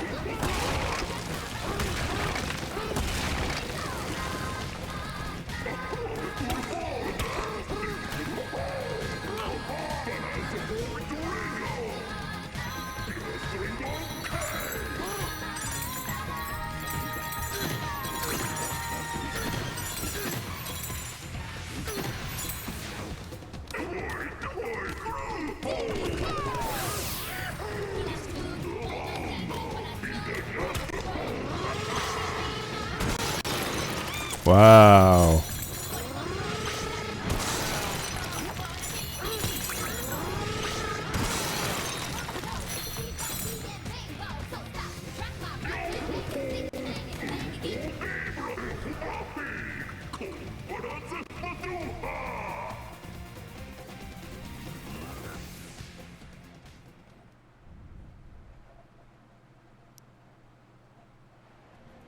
DK? DK! Wait, how am I gonna tell her my full name? You did it! Thanks to you, I'm me again. I don't know how to thank you. Hey, you came from the surface too, right? Do you want to find a way home together?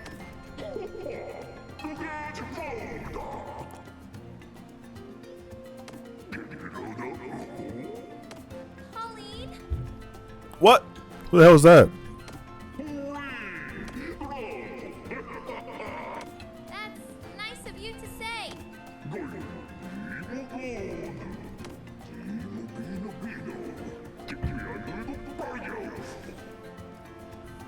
Wait. What? But I want to go back to the surface. If we go deeper underground, we'll never get home.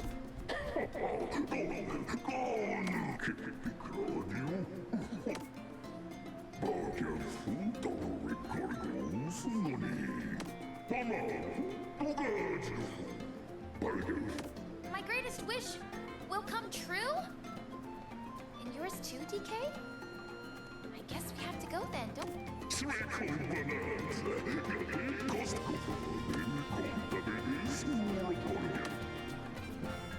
Dude, this is just like Silent Hill 2. Thank you, El. I don't know, DK.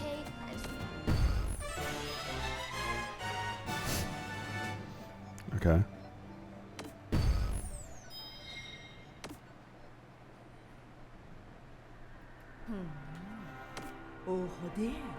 Whoa, hello. Who's that?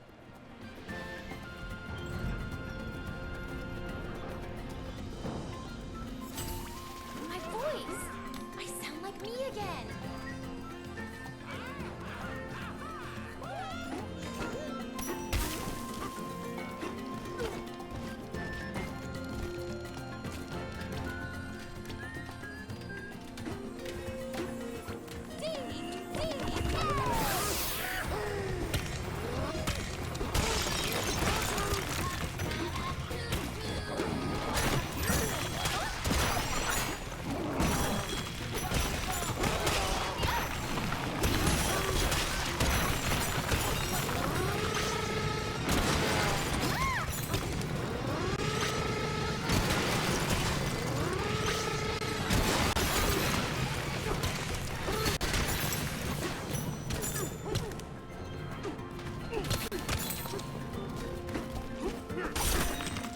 Oh, fuck.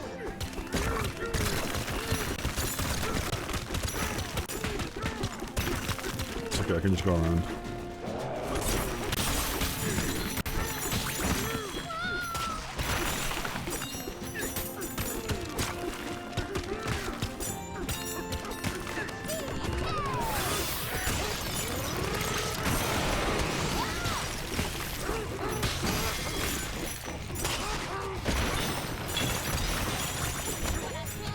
Oh my god.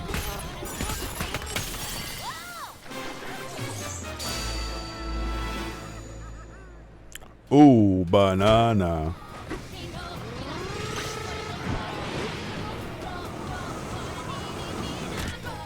You guys might not stalking my friends list. Who goes online? Hello, Arya. Oh, banana. Alright, back to the endings. Appears from the hotel room because he's forever lost in the fog, forever trapped in happy memories of the past. Dude, I actually do. I don't think this ending is as strong an addition to the list as Stillness. That ending just threads the needle so damn well. But it's still pretty good because it has something of its own to say. How many of us, if we were in James's shoes, would choose to persist in the past rather than move on? It's tragic, sad, and relatable. Something that is only heightened by the fact that James does indeed look truly happy here. There's something about it that reminds me of some of the concepts explored in Inception in that way. And now, onto the two joke endings. The first is the dog ending. In this ending, James discovers that a devious pupper has been behind everything that's been happening to him throughout the game. To get this ending, you'll have to combine two broken key parts to make the dog key. The first, fittingly, can be found at the pet center in the eastern side of South Dale. And the second, also fittingly, can be found in a dog house you can find in the western side of South Dale after you meet up with Maria. As for the second joke ending, the UFO ending, to get this one, you have to acquire the blue gem from Southdale Jewelers and then use it in 4 locations. On the roof of Sol's apartments, at Rosewater Park's pier, at Lakeview Hotel's dock, and finally, in room 312 itself. Upon doing so, you'll get the Oh, fuck. James will head out onto the balcony with the abducted. God damn it. Hey, Raid, fuck you. Hello, Mario. Hello, Mario. What the hell? What is that on the screen? Fuck you. Hello, Dude. Mario. Hey, Chapel Trap House, thank you for making the movie and not putting me in it. Why not? Because I'm fucking Mexican? That's right. Guys, Hello, Mario. Fuck that shit. What? That's a weird glitch on the screen, huh? That's crazy. Hello, Mario. Hey guys, what's up? I'm playing Donkey Kong Bonanza and I'm watching Silent Hill 2 explain videos, basically. So I guess if you're white, you're gonna like this. Can you move? My cat's here also. You degenerate gambling scum cookie cutter. What the hell's wrong with you? What's some disgusting stuff with Hessa? What sort of stuff? Clock at Jubio. Would Hessa like the crazy food videos, you think? Should we bring this back?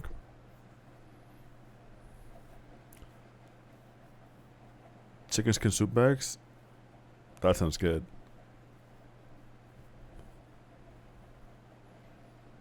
I think she would love them. She wants the bear pot? No, dude, we unleash like some evilness with those videos. And also the Koreans hate me now, so. What's a gel dag? A gel dag? Gel dag? We should show her the Loach soup video though. Korean Chungus. Let's ban that guy real quick, please. By the original Silent Hill 2's James, and an alien in a comedic scene that should bring some serious laughs to all longtime fans. Now that we've covered all 8 endings in detail, let's get into the debate and discussion portion of this video. Which of these endings do I think is the best ending? Which one is the most fitting conclusion to the gripping and human story of James and Mary? Well, interestingly enough, the remake has changed my feelings on the matter. When I first played Silent Hill 2 way back in the day, I got the lead ending on my first run. And though I thought that it was a very satisfying conclusion, it didn't seem appropriate. The original James Sunderland, voiced by Guy Seavey, often came off as aloof and rather clueless. Because of this, I was more inclined to believe that though Mary probably did want to die, it wasn't a mercy kill, but rather James's selfishness and his desire to be rid of her that motivated him to suffocate her. Thus, I preferred the in-water ending. It just seemed to be the natural conclusion to James. That's what I'm saying. But here in 2024, that's what I'm the saying. remake has changed my opinion completely. I got in water. The remakes James Sunderland, played by Luke Roberts, who, fun fact, Luke the Roberts. role of the legendary Sir Arthur Dane in HBO's Game of Thrones, comes off in a far more sympathetic light. He's kinder to both Angela and Eddie, and even when he has his issues with Laura, he seems more annoyed with her than pissed off, which is how he sounded in the original, at least to me. He's also noticeably hesitant around Maria, but still seems to care for her in a way that I see as good-natured rather than evil. And most importantly, his every word and movement is I can full see of shit. emotion, full of regret, guilt, and trauma. It's far easier for me to believe that this James Sunderland killed Mary out of mercy and is struggling with it because he's a decent person who knows he wasn't always the best husband, that he did, at times, have selfish reasons for wanting her gone.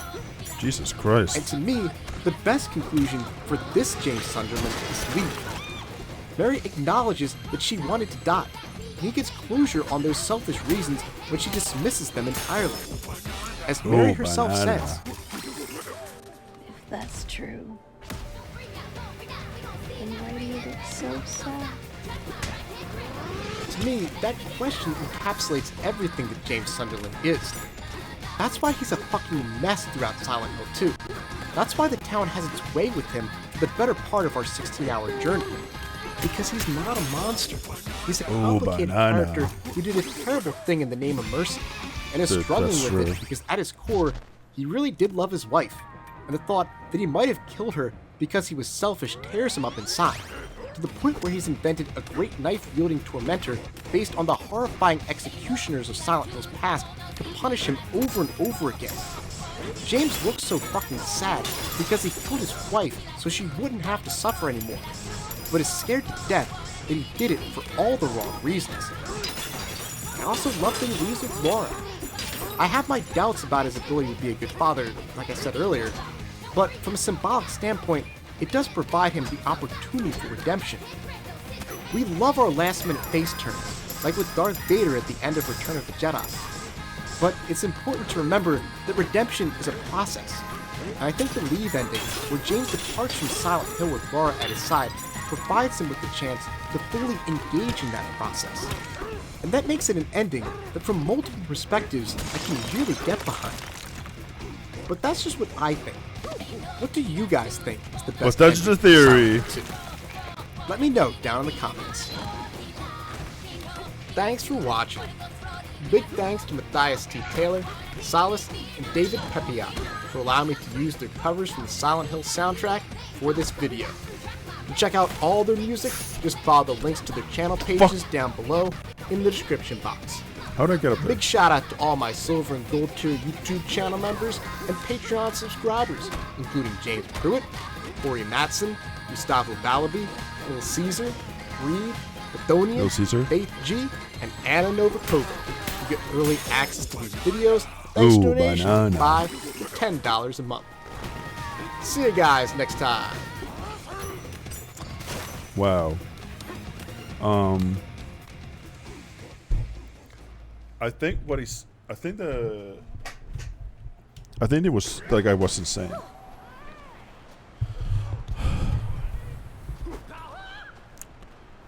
I think the being like, no, James really regretted doing that. He actually that sucked for him. No, he hated killing his wife. What? Mark Weens? I visited Spicy Island? What? You guys want to watch Spicy Island or the importance of Angela in Silent Hill 2?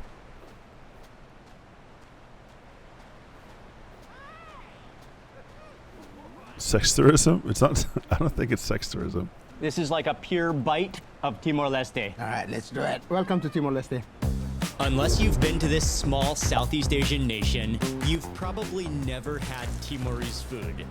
I personally had no clue what to expect. This plate of food costs $1 in Timor-Leste. But today, that's going to change, because we're on a mission to eat the tastiest Timorese street food. Let's put fire right here. Just an hour earlier, I landed in Dili, the capital city.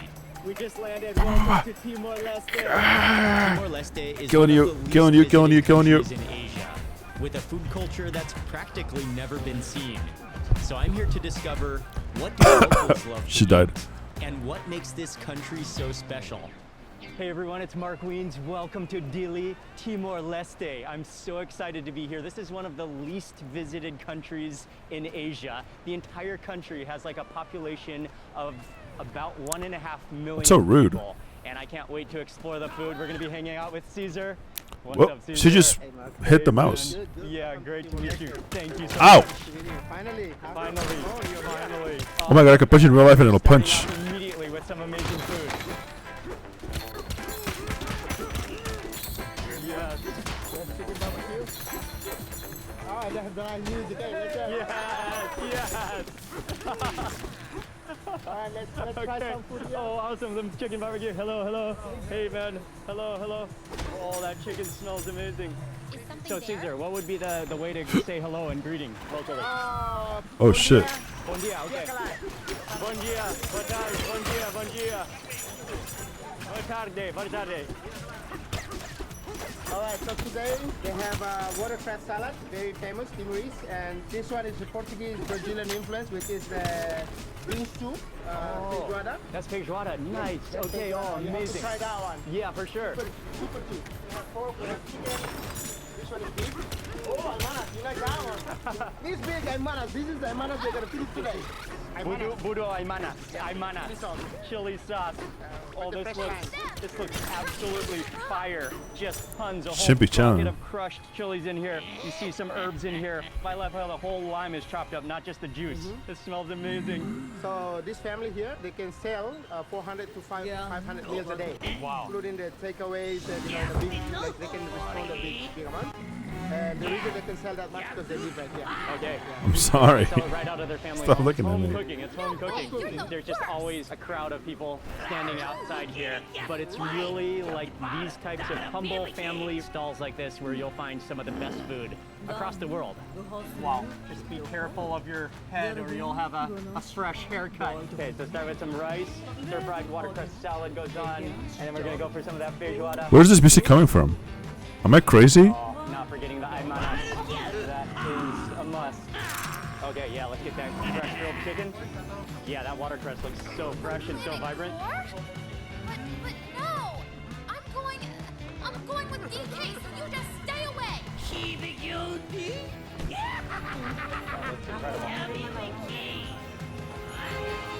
Okay, and then we're going in for the beef curry. Whoa, Oh my god, the banana phone. Thank you. This plate of food costs $1 in Timor-Leste. Wow, thank you. Thank you very much. And it looks absolutely amazing. I have a feeling we're going to be eating a lot of aymanas when we're in Timor-Leste.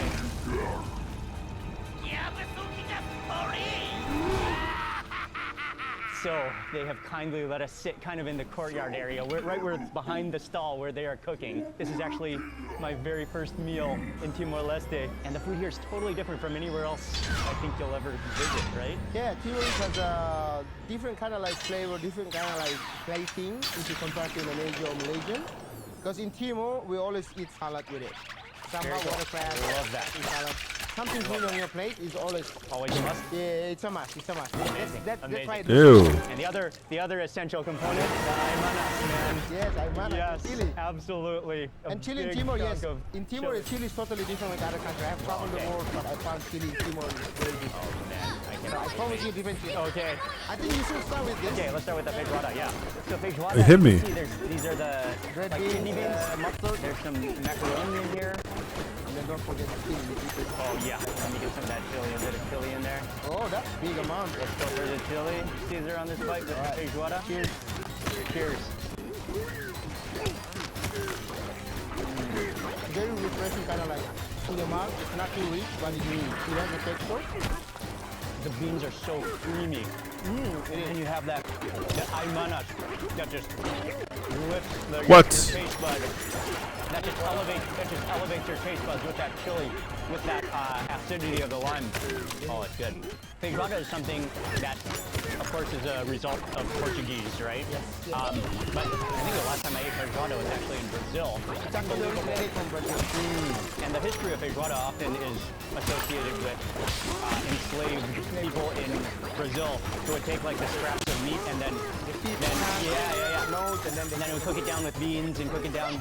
But I think in Timor-Leste, I'm fucking trying. The Portuguese brought into the country, and of course the Brazilian slaves came along, the African slaves come along. So they also introduced beef to locals. And the Portuguese cook at their house differently, and local people develop the way that Brazilian eat, but it's our own way. Because we cannot afford meat every day. Yeah. So what we do is like vegetarian style, which is still very tasty though. Additionally, it was also a dish that was used during resistance, right? It was because they had a lot of nutrition, a lot of High in energy. protein, energy, but also to feed a lot of people. Yeah. This is easy. Add a lot more water, they expand. Yeah, this feijoada is amazing. We need to keep on eating that. Yeah. Oh yeah, man. Would you eat feijoada like once or twice a week? Okay. But if you eat outside in a small cheap place like this, they always have fish water, so you can eat every day. Oh man, If you love fish water. I love fish water. Okay, before we move into the next dish, I'm desperate to try that watercress. There's some cucumbers in here. There's some onions in here as well. Always like that. Look at how fresh it is. Yes, banana. I love that. The first one say you had to punish. Bitter. How do I jump? It does have a hint of bitterness, but I love that crispness, that green flavor. It's topped with just a little bit of like oil and a little bit of salt. Make it really tasty, yeah? The aroma is good. I grew up selling this watercress as well. My mom loved to plant it. Dude, I just Almost every this day. Joy-Con specifically, the one on the right is so fucking my shit up. Oh, I love watercress. Actually, in Hawaii, where my mom is from, they also eat a lot of watercress. So I grew up eating a lot of watercress as well. Yeah, Back man. home. Damn. Yeah, man. He's lying. Oh. All right. That one is the beef curry, still with the vegetable and salad. Okay, plus the aymanas. Yes, many Timoris Okay. are very skinny because of No, the no drifting at all. It's just Vegetables. Let's go with the it chili, sucks bro. to use. Oh, yeah. I don't like That this. beef curry. I feel like it's the distance Get a between the small face little buttons spoon to and balance it all. Here we go. the right stick is like so little that it's like really uncomfortable on the hand.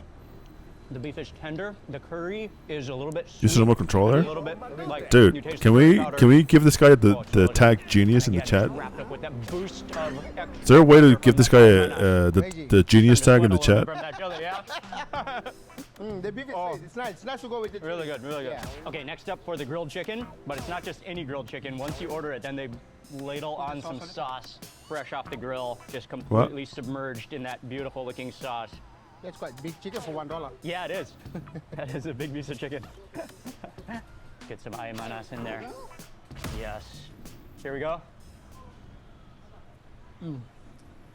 Oh yeah, peanut sauce. That is peanut sauce, right? And it tastes like the chicken has been like marinated in coconut milk first. Okay. Coconut milk. Yeah. He just said something that I want to talk about. How come peanut sauce just sounds when you hear peanut sauce? What do you think? You think about it's gonna be a sauce that's gonna taste like peanuts, so it'll be like what, salty? It'll be crunchy. I think satay, dude. I don't. Why is it so spicy? The peanut sauce is the spiciest shit of all time. It's crazy. There's this one place that we go to in New York that they have some fries and they put some peanut sauce in there, and it's kind of tasty for like a one bite, but then it's like so fucking spicy. Peanuts are spicy, bro. They cook in No, they're coconut not. milk. Oh man, that keeps the chicken on the inside moist and juicy. Then it's grilled so it absorbs. What the that hell is smoke. this? And then they put that kind of sweet peanut sauce on top of it, so it's just layers of flavor. Then with that chili. Stop feeding me to me. Superbly tasty food. Did you say the controller shit as well? Dude, I'm gonna fucking get you, by the way. Mark it on your fucking calendar. I'm getting you. The veggie comes along with chicken really well. Yeah, for sure. Fuck, I need to go eat some fucking Thai food. Extra boost of Fuck. flavor. It is so good. There we go. Grab some of that chicken. I know, and then Fuck, I want some Thai food so bad. My kids love the skin. Skin is good, yeah. We're gonna add in some of the watercress. Once you start eating with your fingers, it just elevates. Dude, it. hot nuts are different than real nuts. Whatever, shut up. We're off to a great start. First meal in Timor-Leste, but there's a lot more food still coming up. I don't know what the cable is. Or the Pro Controller. So Caesar, where are we going next? We're going to the real street food. The Timorese version of street food, which is seafood mostly. And then to go there, we're gonna pass very beautiful scenery, like in Hawaii. Oh yes. Like you're watching Moana. You're arriving on an island. Promise a lot. Promise a lot. I'll show you more. Hi. I mean, I don't even need that long of a cable, but I don't know where I have a USB-A to USB-C. Okay. That was about a 45-minute drive. Timor-Leste is such a rich country, an island, and we've come out to the countryside a little bit. We're right along the ocean to eat some seafood, Timorese-style seafood. So there's all these stalls here all along, right along the beachfront, where they're selling all sorts of seafood. Oh, I found one. Now we are in the house. Can you move? I want to look at the chat. Fish on the stick. Fish on the stick. Yeah, Don't it's okay. drop This is that. mostly I'm using seafood, that. so you can see Yeah. all is the fish, and then everything come from the sea. I accidentally bought a controller that has programmable paddles and it sucks. Everything looks like it's been kind does of that half mean? cooked, marinated. You see some chili What does it seeds suck? on everything. That sounds as well, good. So marinated, and then when you order, you just choose your skewers, and then they throw it back onto the grill to do the final cook and heat it up before you eat it. And then we're also gonna eat something I'm extremely looking forward to trying. One of the national dishes, something that you have to eat when you come. What? This is not a toy. Switch to one. Wait, what'd you buy? Can you link it?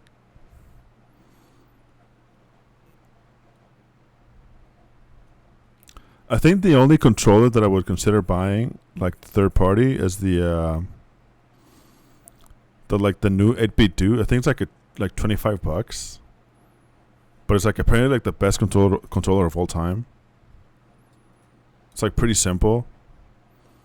Don't eat that. Stop, dude. What is that?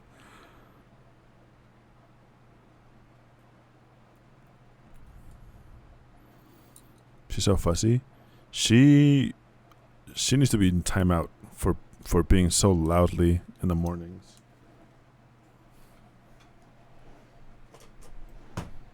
I'll say it. She's been getting on my damn nerves.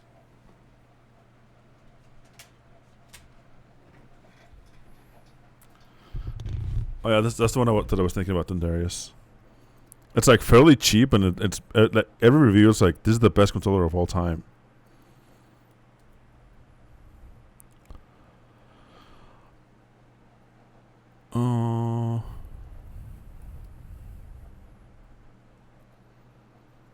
Sorry, I'm setting this thing up so I can use my pro controller. Actually, the good controller. I was having such a good time with it. Oh, look, it's already halfway battery. I don't need to do all this bullshit. I will.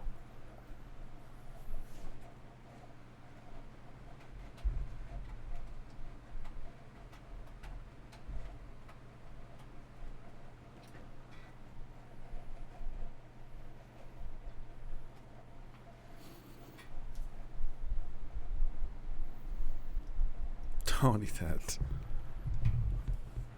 Power Advantage wireless controller for Nintendo Switch 2.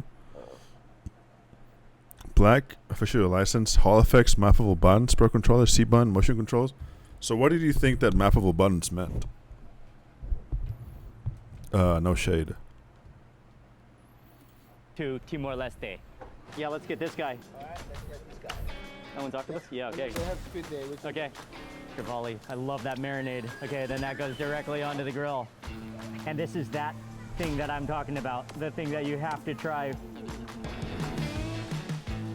I got the first Steam controller and hated it so much I returned it while I still could. The second one basically seems like a Steam Deck minus the display. Yeah, it's the second one looks pretty cool. Rice within I just coconut leaf. Okay. What makes like it so I yellow? low-key don't think I'm gonna have the need to buy a new controller for a while. Like even this one, the one that I use for my PC every single time, which is just a purple PS5 controller. I already switched the sticks to be Hall effect, which is nice. But now the rubber is wearing down, and I think I'm just gonna take it somewhere to like get it replaced. Can you see this?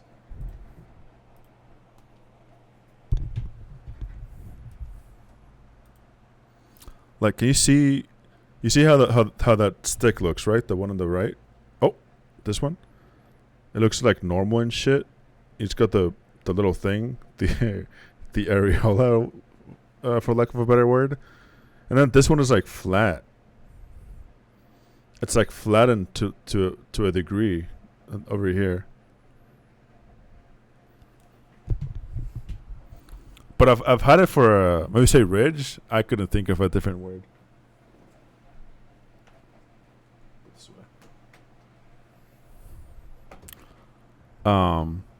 But they're pretty good controllers. Like they're good controllers if you just don't worry about the bad sticks that you will have to replace it in a couple of years down the line, and also the ridges of the sticks being like that. Oh, is there turmeric? Oh, coconut. And coconut. Okay, great. Oh, awesome. So we're gonna have this with you. Yeah, perfect.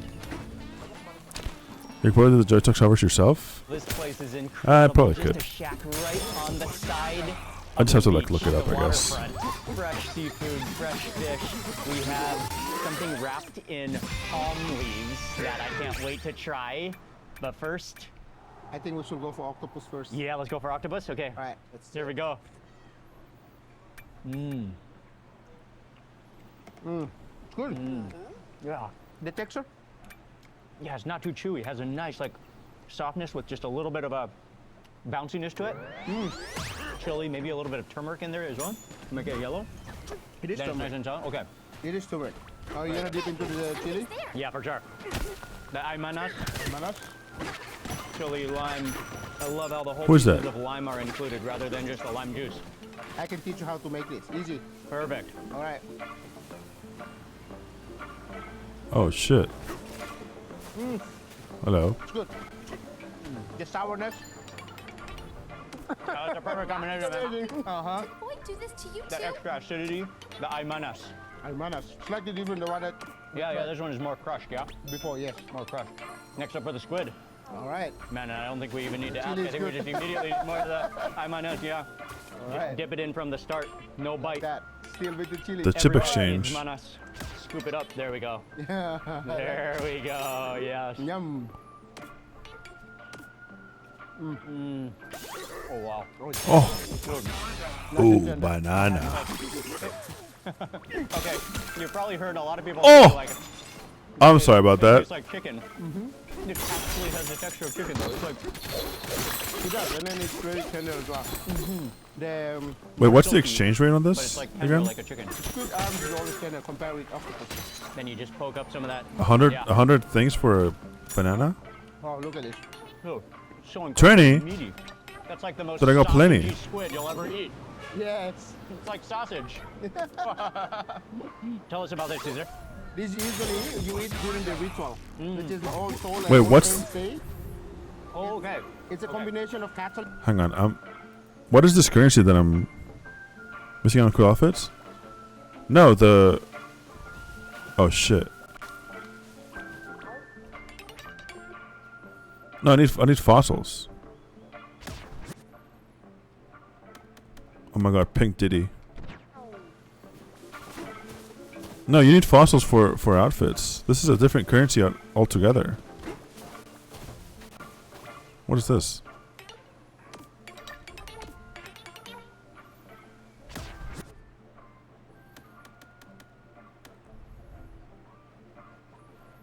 Panendium gem map. Buy these two, I guess.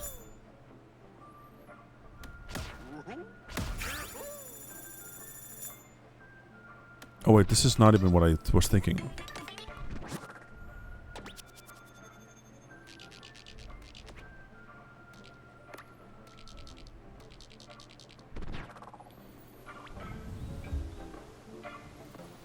Catholicism Fuck and this then shit. local ritual. Okay. Local people eat this for generation. You find this in Malaysia, probably in Thailand as well, Indonesia. But this is the Timor style katupa. Yeah. And then And you inside is especially rice. notice the color, right? The Yes. yellow color of this. Okay. And then cook with turmeric. Sinkhole. Coconut, turmeric and coconut. Shred And then you just unfold it like that. unfold it yourself. Okay. Unwrap it.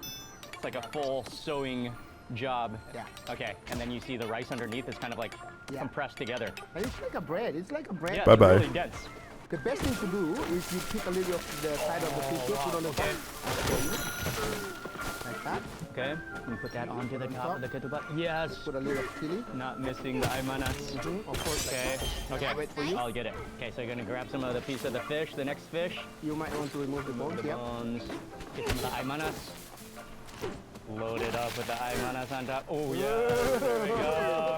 I think you make your katupan fish more like beautiful plating. Like Gourmet. It's fine dining. All right, gourmet. Gourmet. There you go. Mm. Mm-hmm.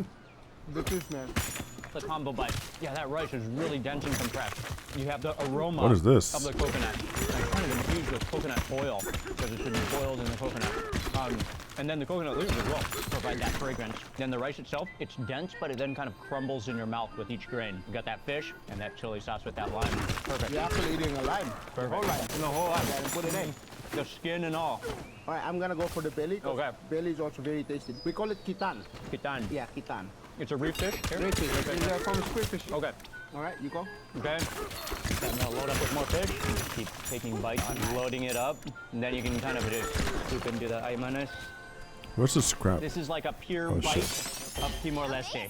All right, let's do it. Welcome to Timor-Leste.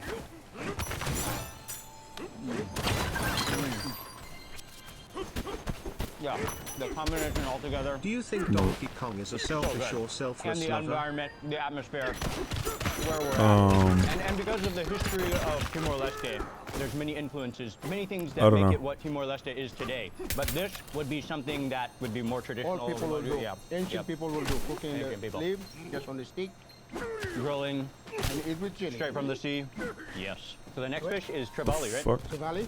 Meaty. That's near the, This one is near really the meaty. tail. Yeah. Okay, that's a huge fish. That's a Trevally is a huge huge fish. How do you Wrapped get into that? fish, same thing. Which is still nice. Under the Oh, gate. banana. Oh, we're running low on the aymana. You can ask them to go back. Here we go again. Dude, this TK is so violent. Oh, the texture of that is straight butter. Like this buttery texture. Wow. You feel the fish oil. That's what trevally means, fish oil. Trevally is an incredible fish, yeah. Every fish we've tried is fantastic, yeah. Okay, but that trevally is super good, man. Yeah, we'll still have. You still have that? Oh, fuck. The main event. Actually, there are two different fish. Okay. This one, they put flying fish. Oh, okay. This one is mackerel. Okay. So would you like to open it? Yeah. And what's the name of it? Saboko. Saboko. Very famous. Just for the capital of Dili, there used to be a song called, if you come visit Dili, if you don't eat this, you don't drink with the white wine, you're not in Dili yet. It used to be during the colonization. It's like one of the national dishes of. This is national dish. Okay. This is national This is dish. the national dish. This is the And national what dish. exactly is inside of it? It's a fish marinated with salt, pepper, chili, and then with tamarind leaf. Ah, okay. You can actually eat the tamarind leaf. Wow, okay. You can try to bite on the tamarind leaf before you eat the fish. Okay. Right, there you go.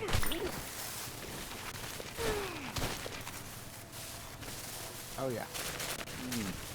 The flavor is good, and you can actually eat the tamarind leaf. Yeah. Okay, so some of the tamarind leaf, which has a little bit of a sourness to it as well. Tamarind leaf. This is good. Yeah, it's just like the pure flavor of the fish. A light marinade. The fish is like light. Okay, the surfer is really fun. Yes. I will try that. Some of those tamarind leaves. And then it absorbs the flavor of the smoke, which has been cooking within the palmyra palm leaves. So it sort of bakes and steams within those leaves, and also the flavor of those leaves, the palm leaves also embeds and takes a little bit of just a faint. Ouch. You can smell the and then taste the smoke. More like an aromatic.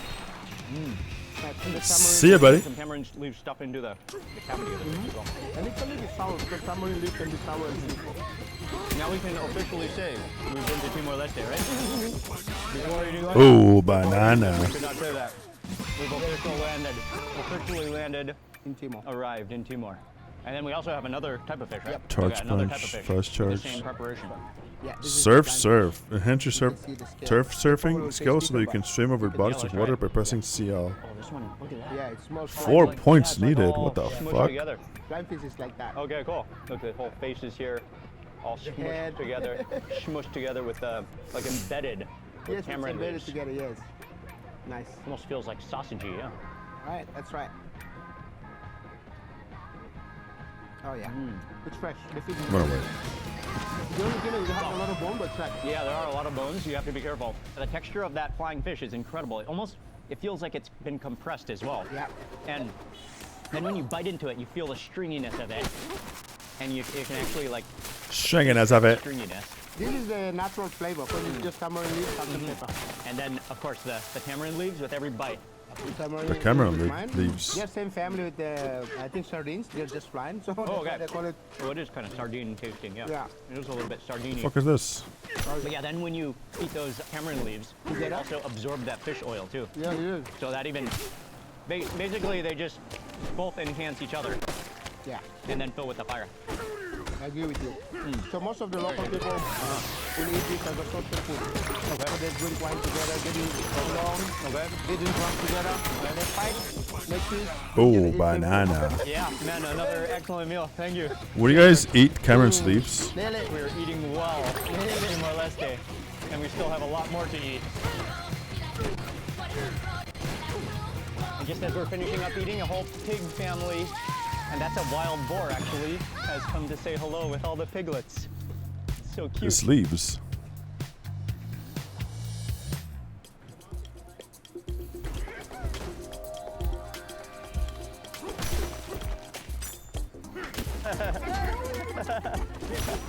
Yeah. Hello. We've just stopped on the side of the road at the Palmyra palm plantations, and everyone is selling. All the kids are here selling. The amazing kids. Oh man. Ouch. The fresh jelly, right? Yeah. What the fuck? Wow. Okay. Let's try it. Wow. So. Man, these are big too, big size. Hello. Hello.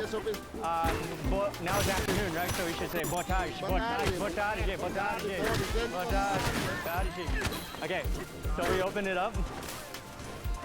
So let's pop open the jelly. Ooh, You can banana. actually feel like it's like a natural Do you guys think jello. that it's only Pop fair open. that since almost today's like the texture of PAL a- episode was of a out lychee. so late, I should purposely make the Joy Tactics episode for tomorrow late also? And just start a crazy war that only I can stop? Make it early? So fresh. It's a good dessert. But Dude, during that's the war, rude. our like resistance fighter, this is the food for them. Source of energy, sugar. So these are widely available throughout the island. Okay. Maybe I'll start just a one-person war by myself. Yeah, this is so good. So here delicious is enakizo. No, mira, gostu. Okay. Come this way. Let's do it. Yeah, here we go. Welcome to Timor-Leste. Oh man. Oh, I wanted that.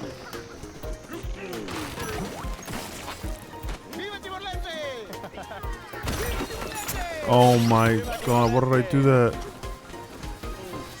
That I wanted both of those. This is as fresh and as local as it possibly gets. Literally from the backyard here. No, very much anyone that's driving probably from Dili, this is the main highway, the main road here, they would stop here for some Palmyra palm fruit. Very functional. It's a superfood for sure. So good, yeah. Man, these all day long. And then along with the palm fruit, the Palmyra palm is extremely useful. They are also making all sorts of things with, oh nice, making all sorts of things with the Palmyra palm leaves. Oh, right into a basket. Nice.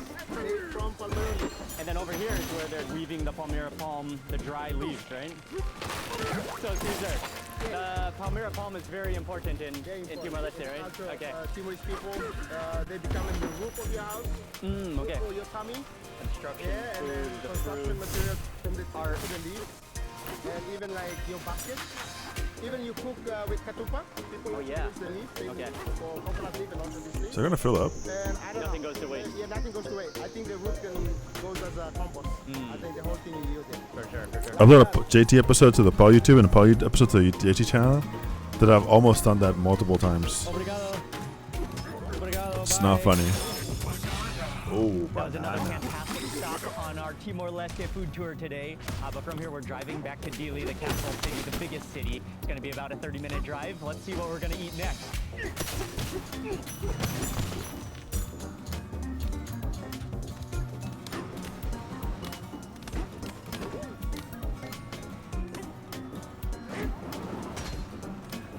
Oh, we made it to the next spot, and we're going to try Timorese Chinese food. They have a bunch of dishes all set up here to watch. So are going as well. Of course, they have some chili sauce as well. And they even have a food truck behind as well. What the fuck? I can't even make it. So that's chicken. It goes in the How do I make it in there? Oh, into the ice bath. Nice. Okay. Oh, back I into see. the flour.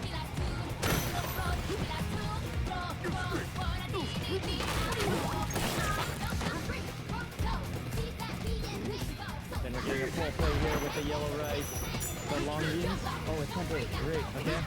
Oh, and then some of the noodles is the side dish. And then one of the main dishes we're going for is the chicken curry. So this is a Chinese style chicken curry.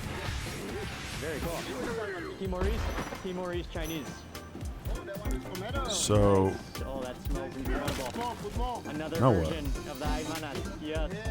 Unlimited aymanas.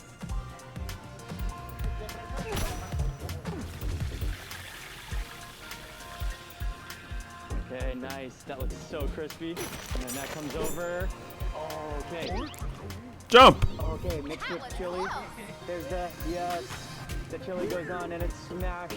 Oh, look at that steam that's released, the crispiness. That's the chili. I meant to jump. I didn't want to do that. I meant to jump. But that's like pure chili aymanas with the tempeh, the fermented soybeans, more smashed with the chili. Oh yeah, that's gonna be spicy. Caesar, you ready for the spice, man? I'm ready. Yeah, man. Fire. We want fire. Look at Timorese aymanas. It's the same Timor, they have this. Man, I am loving the aymanas, all the different variations. So this is a satay? There's good satay. Okay. So the satay gets a full dunking. Camera into a peanut. Oh, gets a full dunking. But there's going to be more, definitely. Oh, it gets a bit more sauce treatment. Camera in. What would be the history of Timor-Leste? The Chinese actually arrived in Timor way before the European arrived in the country. Even before Portuguese? Yeah. Wow. Before. The island of Timor used to be just one. So well known to China for just Timor. Portuguese and the Dutch came and divided into two. Okay. And then the Chinese long time Fuck. didn't come because the colonial was here, but they're still doing the business for sandalwood and wax. They're trading. Spices. Okay. Yeah. They came With the local tribes before independence, when What am I supposed to be doing here? around 90s, like let's say 90s, 50s, 60s. Yeah. There's more Chinese come after the Second World War. Okay. That's how their family arrived in Timor. Oh, okay. So there were kind of like two different stages of migration, or maybe just continual, right? Yes. Okay, back and How forth. they arrived in the country. Okay. And then, yeah, adapted to the local ingredients, the local cuisine. With the Timorese, for example, coconut, and rice curry, Fuck's and sake. chicken curry. And the whole mix of different Yes, dishes. but also the Indonesian technique as well with the tempeh. Yeah, yep. So there's some Indonesian influence as well. Yes. Chinese, Timorese, Indonesian. Yeah. It's really a fusion of colors and ingredients and flavors. And then especially with this one as well. Yeah. Oh, let's have a satay first. This is a unique style of satay as well. Has Pork tamarind. satay. Tamarind sauce, which I don't know if I've had a tamarind sauce satay. Really? Tamarind, yeah. Oh, yeah.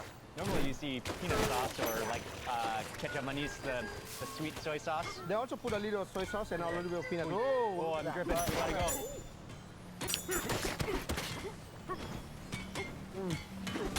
That combination of tamarind, soy sauce. Oh, the sauce Peanut. is amazing, yeah. Kind of sticky. A little bit of sourness from the tamarind. Fuck, man. I wish I could have some Nice and Thai salty as food well. for dinner. With that pork is delicious. It's I like had But one they won't let me. one biter. Nicely done, Caesar. I like how the pork also feels natural. All my haters. And that's one of their specialties here. You know they're doing it right. So let's move into the next plate of food. All the varieties of different dishes with the yellow rice, some fried noodles on the side. Gotta have the aymanas chicken curry and then some beans with tempeh. I guess we're going straight in for that chicken curry, huh? Oh. Get a piece of that chicken. Let's get some of that aymanas. Let's get some of that yellow rice all together. Nice. There we go. I can see that. That looks very tasty. Wait for me, Mark. Take your time. Take your time. No problem. Wait for me. I'm waiting, man. There's no racing. Wait. No. This It's a marathon, It's not a marathon. sprint. Marathon. Wait. That's a good idea. If I were Mark Queens, I'd be low-key tired of food by true. now. There you go. Here we go. Dude, it's like food's like not even that interesting, bro. Like what? Like get over it.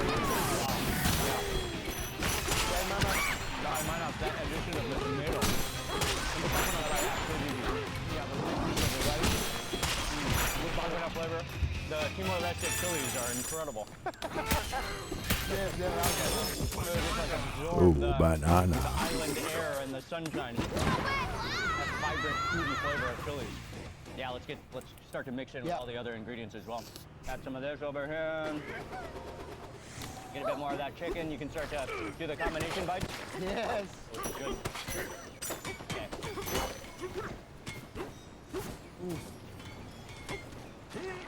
Oh, the bean is crunchy. With those soybeans, the tempeh, addictively tasty. Everything salty, spicy, full of flavor. Even the vegetable just has its own character when you bite them together. Yeah, the aymanas is properly spicy. Ooh. Where the fuck am I? What is this? The noodles.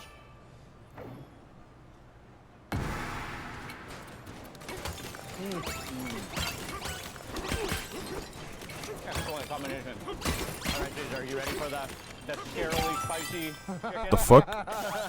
Go for it, Caesar. All right, let's do it. Oh man, all the chicken because of Ooh, banana. falls apart. And plus it's crispy, it's been fried fresh as well.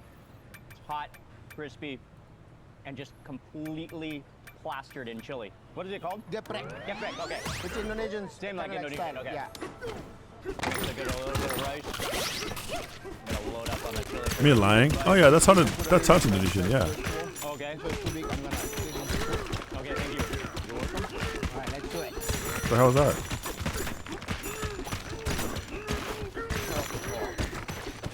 This flavor is good. Even Ying is coughing from that amount of chili. Oh, that is incredible. Definitely one of the highlights is because they fry it fresh. You notice a huge difference with that crunch. The chicken is juicy on the inside, nice and salty as well, and then smashes that chicken down so that kind of breaks apart the fibers of the chicken and then plasters the chili to the inside of it all the way to the bone. Woo. Oh yeah. Speaking right now. Going into your brain. Starting to sweat. I know. Let's have another bite. Let's go another bite. That is tasty. Maximize the crispy dude. skin and the aymana. Thank you. A Ooh, little bit of cabbage on there to banana. give it that crunch, that refreshing crunch as well as. All right, let's do it. Here we go. What do I do with this? Nice. Now I can feel the crunchiness from the outside. It's nicely spicy too. Ooh. Oh yeah. Ready. Yep. It's great. Every meal, we have a new variety of aymanas to try. Actually, Really awesome variety combinations. they're chili tonight reminds me of my childhood memory. You just run into your garden, Ow. get the chili, get the salt, and Dude! smash it together. Just like the pure flavor of chili. That's what that is. Woo. My lips is now burning. They're burning. I knew it. Oh my This god. is all The because chili of is building. The heat is building on us. Okay, you gotta claim your face. Thank you. Thank you. Oh yeah. All right. So next up, we are stopping at kind of a little food court, but they have a few stalls. Oh wow! Indonesian Oh shit, food. banana. There's a stall that's serving bakso, which is Indonesian Ooh, noodle soup with banana. meatballs, and then what we're gonna try for dessert. But first, let's try the bakso. Oh, two types of noodles. Oh yeah, nice. No. You can't just volunteer me for. I don't dislike singing. Oh, we're doing a little concert. Bye bye. Fried onions, nice. Oh, and then some of the crispy fried wrappers. Yes. So we're gonna start with, well, this is an entire food court with all sorts of different Indonesian foods and snacks, but we'll start with the bakso. So bakso is an Indonesian Chinese What the hell? noodle soup with That's an meatballs. awfully strong Right? donkey Would call, this should be I Timor sing? style, or would it be Probably considered? No, this is Indonesian. Fully Indonesian. Okay, Indonesian. Indonesian. Okay. Split into two mangkok. Mangkok always come with What? mangkok. What is the mangkok? Mangkok means the bowl. Okay, so I'll move some of the noodles over. Look at that. Yeah. We got some of the meatballs. We got some of the tofu. Oh, Yep. take half the egg, I guess. And then one of these crispy wrappers. Oh, banana. All right. So taste it first before we not add yet. anything, or should we Not add yet. some stuff? Okay. You should add the lime. Let's get some lime. Let's get some of that lime. Here you go. All right, I get one, you get one. Got lime. And squeeze it in. Squeeze in the lime. First, like that. Then. And then we stir it up. Okay. You have Okay. the sweet sauce. Oh, okay. You ready? You're doing the double spray? Oh, wow. You try yours. As Caesar was spraying fuck the just sauce happened here? into the box stall, the other Baka box have arrived. Which we're looking right here at this stall. Two different versions, the savory and the sweet, but we'll come back for that. In the meantime, dude, that's a move. That's a pro move there. I know. The double spray, the double Like a spray. chef. Sweet soy sauce? Yeah. Like a chef. Man, fuck your Like a planet. real chef. The tomato sauce and the sweet soy sauce. There you go. Good, double. And then you do a whole Caesar's way of next eating Caesar's baklava. way. All right. Caesar knows. You've got that Give combination. to Caesar what belongs to Caesar and to God what belongs to God. Okay. So the Bible. Okay, All right. let's go for the meatball with that broth. Cheers. Oh yeah. That makes Sweet. Sweet and sour, yeah. Mm-hmm. With the sausage, sweet and Now sour. you know that's Indonesian style. Yeah. The broth. You go for the broth. Yeah, the broth is nice. Oh yeah. Soothing, warming, and comforting. Meatballs are kind of like garlicky as well. It is. It is. Have like a nice firm texture to them. We got the cucumbers in chat. The noodles, yeah. They may be This is a young mixed noodle, rice discoveries. noodle, and regular noodle. Yeah, there's two different types, huh? Yeah. You eat it like a pro. Here you go. So of course, Indonesia has a long history with Timor-Leste. They tried to overtake Timor-Leste back in 1975. Yes. Okay. And how long did that last for? 24 years. But along those 24 years, there's bad things happen, but good things they're having their food and their people. The best reconciliation in the world is not only after war, not only the people to people, but the food stay. Yeah. And people maintain it. And people embrace their culture. And so I wanted to ask you, Oh, banana. nowadays, is there still some resentment against Indonesia? Or No, friendly? no. Wow. People are very friendly. Right straight away after 1999, the horrible things after the referendum. Of course, there was a lot of massacres and house burned down. The city was burned to the ground. Most of the Fuck. cities and towns in Timor, the whole island of Timor, which is East Timor, and they have one. Why are they getting real as fuck right now? Timor was set on fire. The Timor is where they have a feeling of being victim is there's a hate, but then we pass, we go over it so fast. The biggest reconciliation was after 2000. 2001, we started to enter Indonesia. The Indonesian business people come in, establish their restaurant again. Okay. And until today, it's amazing. Wow, that's amazing. Yeah, it's amazing to The everyone. resilience of the Timorese people, and also the huge hearts that Timorese people have. And so nowadays, yeah, especially within the food, you'll find a lot of crossovers and a lot of Indonesian food within Timor-Leste as well. Because if you don't forgive the Indonesian, then you won't enjoy the food, right? But also not only Indonesia, you also forgive the Portuguese because they left with no reason in 1974. So Indonesian thought it was, Timor has no honor. But Timor is the owner of this land, so yeah. But then the food is amazing. So now we love the Timorese food, the Portuguese food, the Indonesian food. All. Amazing. Driving the poop truck to the landfill and crashing? Unite people. What? Yes. True. Bring people together. Let's dig into our bucket. Okay, yeah. Oh, there's another sausage too that came with that. I know, let's make it spicy. Yeah. Aymanas. This is some more aymanas. Indonesian sambal mentah. Sambal mentah. That's like a fresh chili kind of fresh sambal, yeah. They probably have ginger. Let's see. Okay. And back to the tofu. Try that tofu. I'm gonna put it on the top of my Yeah. bakso. Yes. Oh, this is nice. This is nice. Oh yeah, that really bumps up the flavor. Just spicy. Garlic, chili, salty. I think it has the raw garlic. Yeah. Yep.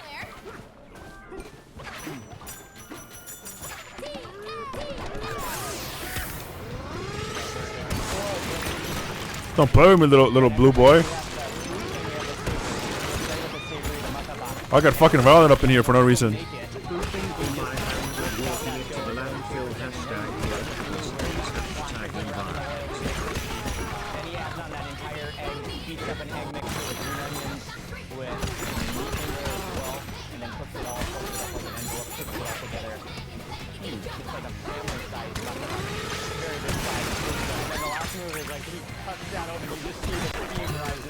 hot. It's a pocket of hot, steaming omelet in the center of fried dough. And then a whole handful of chilies, Timorese chilies on top. Man, that looks good. Well, this is something that would also be popular in... It's gonna fire our mouth again. Timor as well? Yes. Most of the, as you can see, many Timors here and many, Asian people as well. So it's a favorite. People come here. And the owner of the cafe place, they give us their satay, Indonesian satay favorite. With the little rice. Let's go with martabak. Yeah, let's go with the martabak. Okay, here we go. Let's do it. Again, it's fully loaded on the inside, crispy on the outside, and then grab chili as well on the side. I'm gonna go with the The poop truck driver was fine. With the sauce as well. They should make a game called the Poop Driver Simulator. Oh, banana. Or a whole chili. Whole chili, let's do it. Okay, let's go. All right. 40. Oh, yours is like all gone. Oh, banana.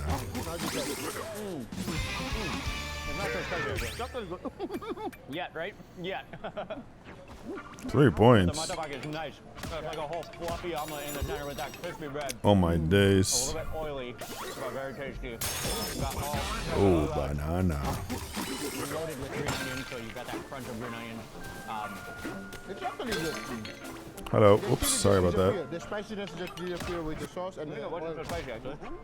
They're not nearly as spicy as the ones we've been eating today in the Aymanas, man. So Timor is more spicy. But we still need this. God. Just in case you need tissue. Dude, I didn't learn shit.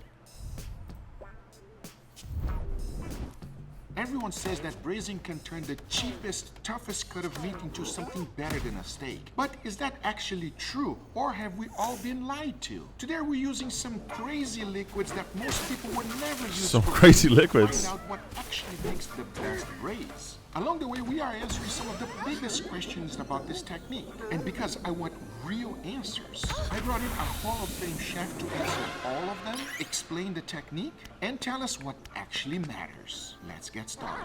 And today's choice of meat is this, short ribs. After preparing it, this is my favorite. But you gotta cook it for a long time. That way you'll be nice and tender. I got these. Whoa, I can go to different layers. They're aged for 21 days, and they will be perfect for this experiment. For the seasoning, I went with salt, pepper, and garlic powder. Now, if we start braising like this, it's not going to be good. So the best thing to do is to go ahead and get a nice color on them now. This will Wow, there's so many more bananas. flavor, a great Maillard reaction, and when they come out of the braise, they will look nicer. Because once I was done searing all of them, they look great. But as you know, they are completely raw inside, and that is when braising is going to do its magic. But what does braising actually do?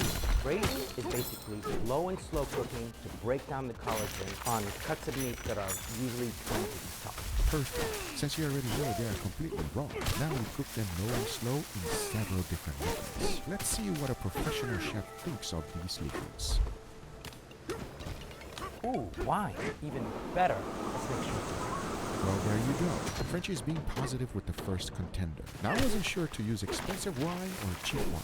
I don't think it personally matters whatever wine you try to use for your braising. But hey, we'll ask Frenchie later on. And the reason I chose wine is very simple. It's a classic braising liquid in French cooking. It adds acidity, it balances the richness in fatty meats, but it also brings deep fruity flavor. But maybe the best reason why the French love to use this as braising liquid is because they can use it for a sauce later on.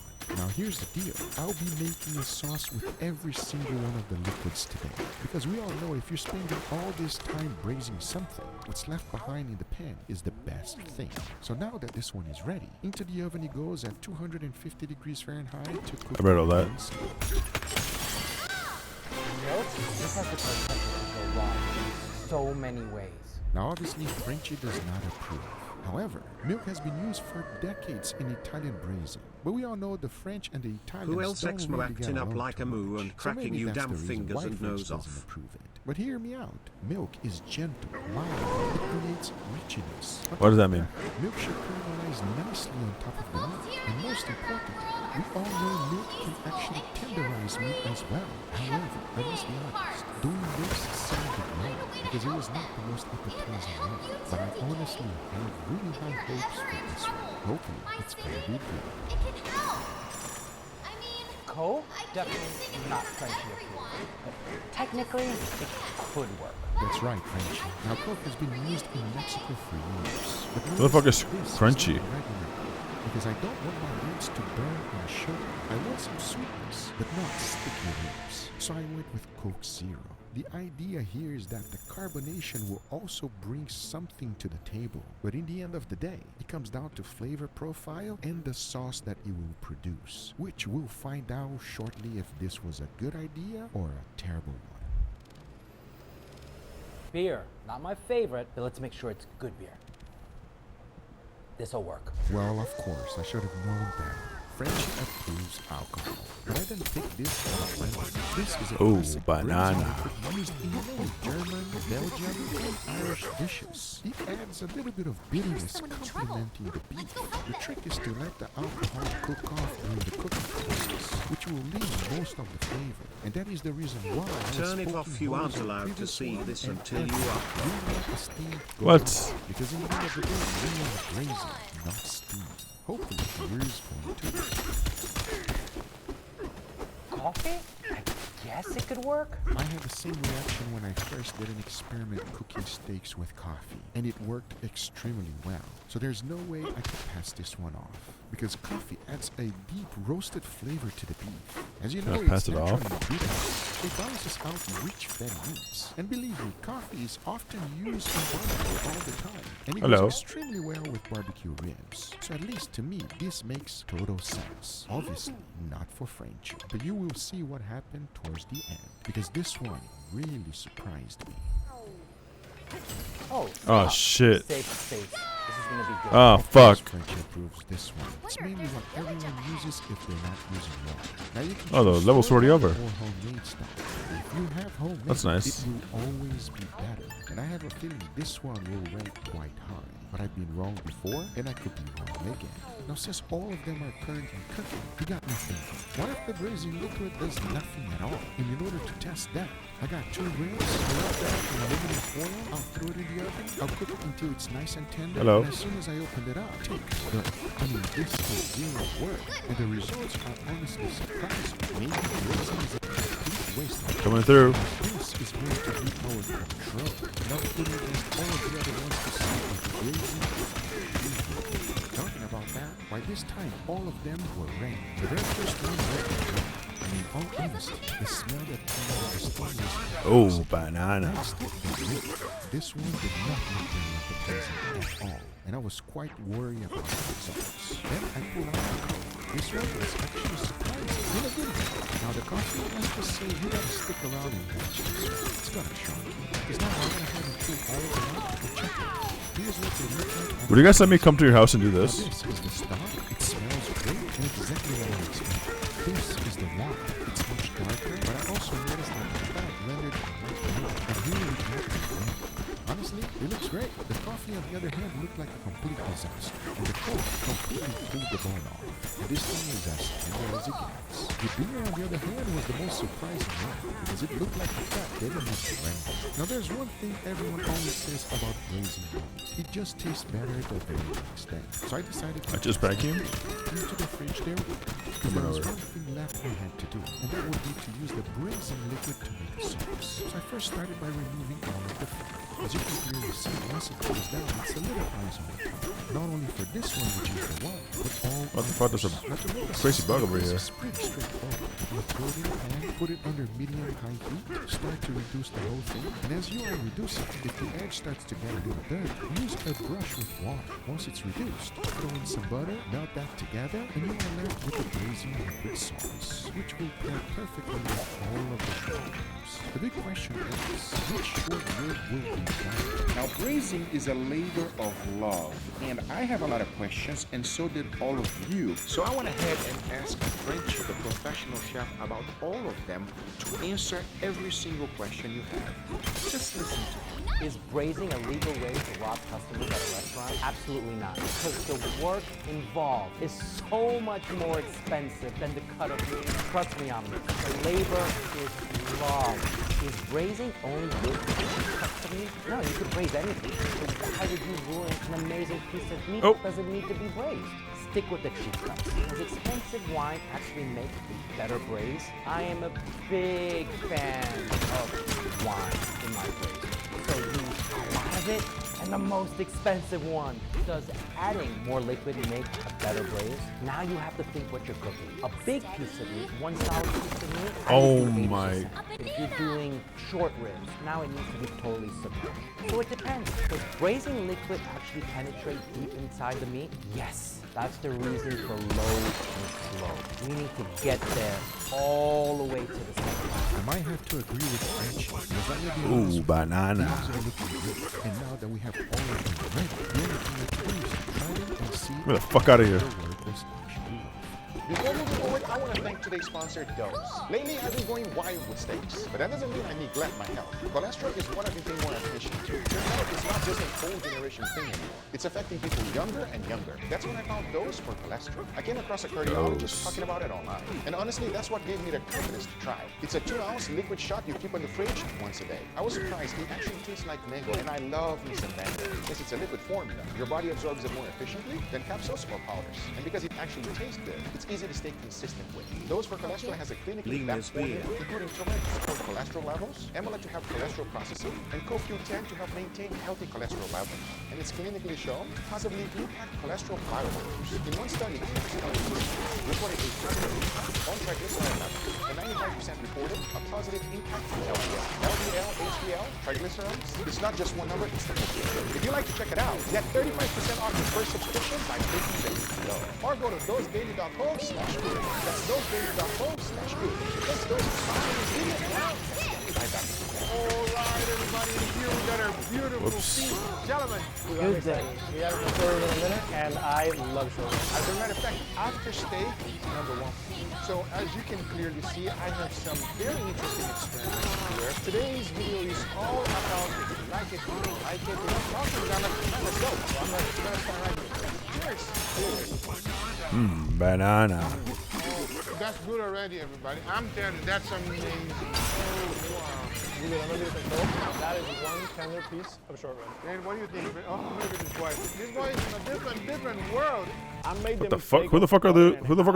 Never again. Well, this Who one is that? good. I'm going for the second bite. So let me tell you something about Who are these this one two? here. It is the easiest one to make. I did absolutely nothing. I seasoned it, put it in the oven, and that's it. It came out great. It's delicious. It's tender, juicy. I know. It's so good. So easy. No headache. So I love this. But the other one, on the other hand, are all braised in different liquids, and they were cooked for quite some time. Before moving on to the next one, we are going to rate every single one of them. What do you rate that one, Carlito? We'll start in the middle. I'll give it a 5. It was good. I'm sure it can go up. How about you, Carlitos? I'll give it a 6. I'm also going to give it a 5. I think right in the middle is good because if there's room for improvement, if there's room for decline, we don't know. The control is getting a 16. Let's move on to the next. This one looks like it's got a little sauce on it. It does have a little sauce. It's a little production sauce. I want to know this on the ingredients. Does it smell good first of all? Smells good. Smells good. But I will say this, when you're making it and you're reducing the sauce, it don't smell very good, everybody. Be aware of that, okay? Let's give it a try. Cheers. Cheers. Wow. This is magical. This is really good. You think Donkey Kong would like the minions, or would he destroy them on sight? He would destroy them. Gravy, but it kind of reminds me of it. Compared No to the questions first one, asked. It tastes a little more fatty. It is probably that. It's a little more juicy. Yeah. It's also because of the sauce. It's much more tender. Oh, for sure. And it's going to hurt your mouth when you take a bite. One thing I got Oh, wow. hardcore flavor in there. I agree with you. He has something very important there. But let's go ahead and vote. Carlitos. I'll give it a 7. Oh, This banana. one's getting very well. The short rib raised in broth gets a 23. That's very good, everybody, and much better than if you They should have done like a jump on to the P1. next. Please, let's go, guys.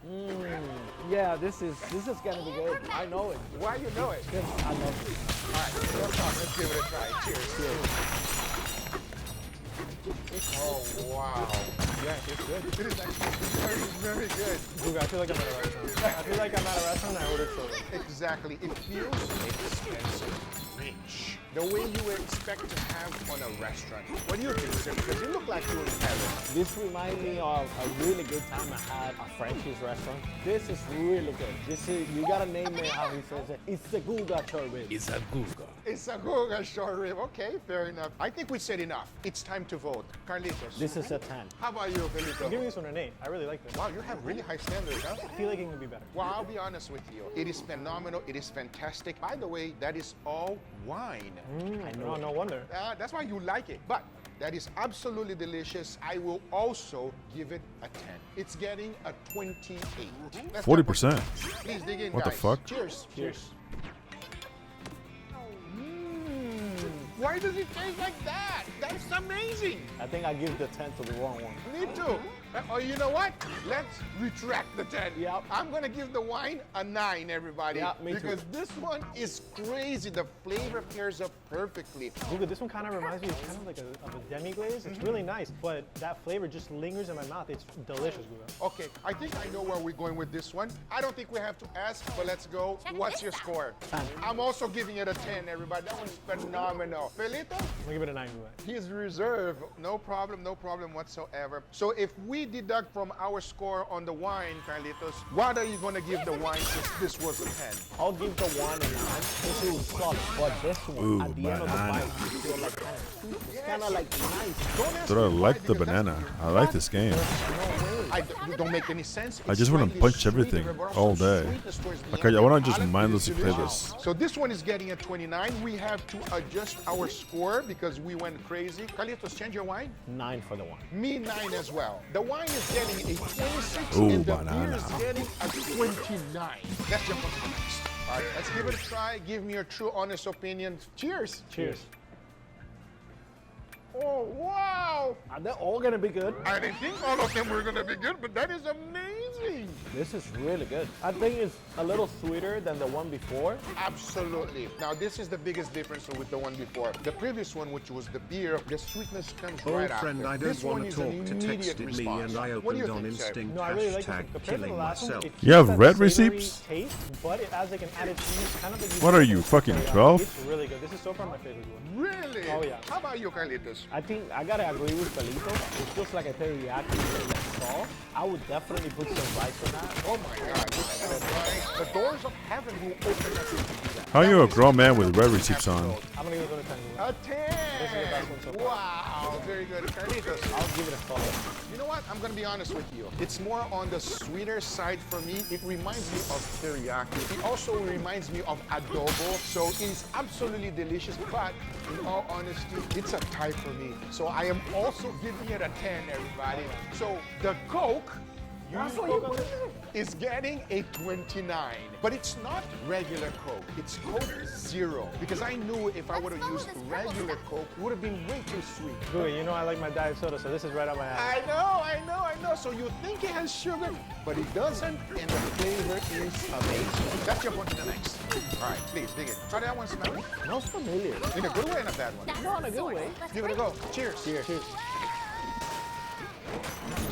Oh, ooh. It's a little bitter. That's a strong flavor. Very strong flavor, little bitter. Oh. It's not a little bitter. It's really bitter. It's not good at all. You okay? There's something about strawberry that's like really covering the flavor of the strawberry. It's too strong. You know what it tastes like? Dirty. Yeah, it does not taste good. That doesn't taste good, everybody. You're going to be sad when I tell you what this is. It's coffee. It's not good, everybody. It is bitter, and the flavor is off-putting, actually. We got to vote. I love coffee, but it doesn't belong in the chocolate. It'll be a 4. And the flavor is actually off-putting. It is not good. I If you don't can, even want if you you can to even try, believe that. everybody. I'm giving this one a 2. The coffee is getting a 9. And the one that I've been most excited about, the last one. Let's go. Smells different. Why are you making a face like that? I don't know. Really though, what do you think? It smells like the control, so. It smells like a It control. doesn't smell bad. Okay. In the process, give it a try. Cheers. I will say this. It's not what I expected it to be. I think the sauce is like, I don't know, it's kind of mild. It's not a strong flavor. Exactly. But it also it doesn't enhance. How about you? Well, honestly, to me, this one's kind of whatever. Stepping in. Better or worse, it's kind of still like PP. I'm agreement. It doesn't taste amazing. It doesn't taste bad. It's like whatever. And if you give me this, I'll forget it. You did an experiment. Yeah, I did. Milk. Really? Yeah. It's not good. And it's a complete waste of milk. Yeah. We have to vote. I need to. I'll definitely give it a 4. I'll give it a 4. I'll give it a 0. The milk is getting a 6. And the overall winner, Coke Zero, It's beautiful. I'm surprised, but those are delicious. Absolutely, I couldn't agree more. I hope you guys enjoyed this video. If you did, hit that thumbs up. If you're not subscribed, be sure to subscribe. Ooh, We'll see you guys in the banana. next one. Take care, everybody. Bye-bye.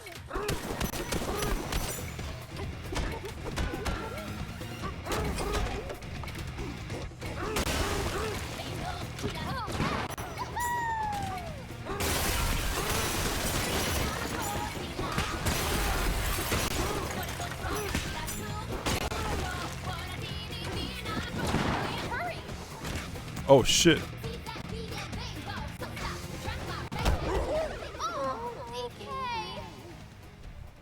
I became so small. I was even like the size of an ant.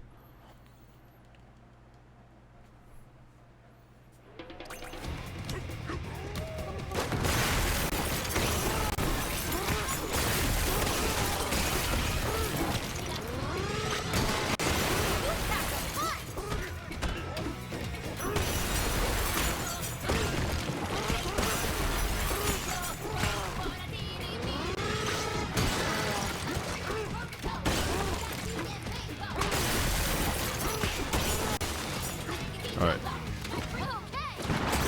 Fuck, I missed that pillar.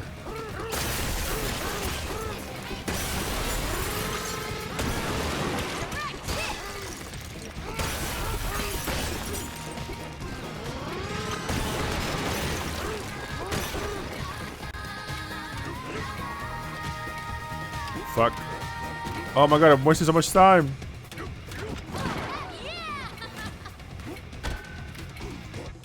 Oh, I bonked my fucking head.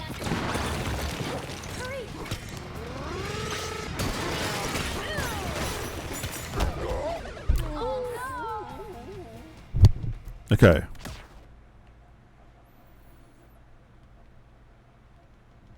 Banana.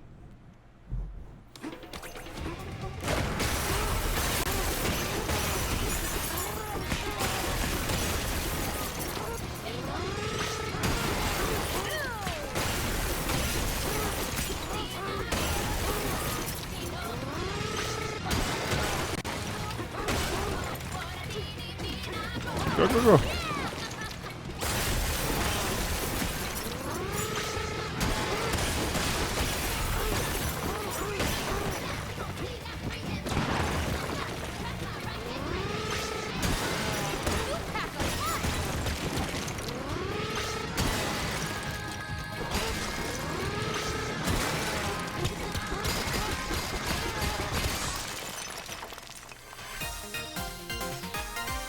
Landlord doing this when the rent control bill passes. Yep, and it's fucking political. Yeah, like a bonanza. Yep, it's actually a political game if you think about it.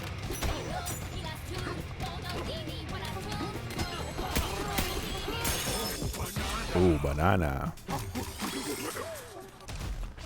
think there's still one more missing.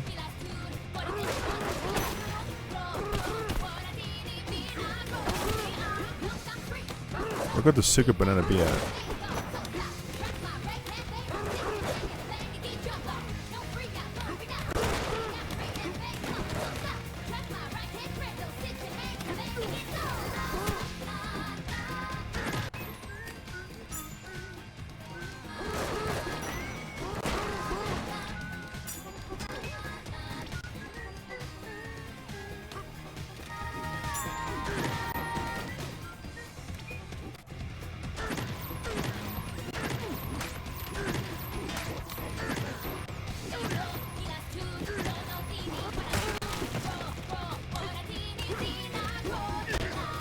Push butt away? No, I can't, bro. I gotta look at it.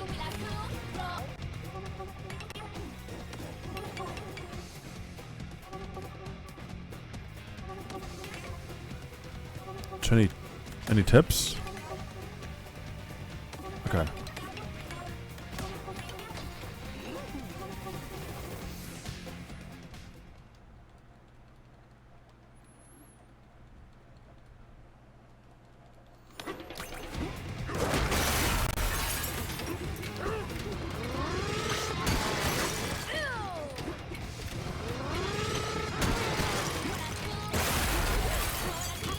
Go, go, go.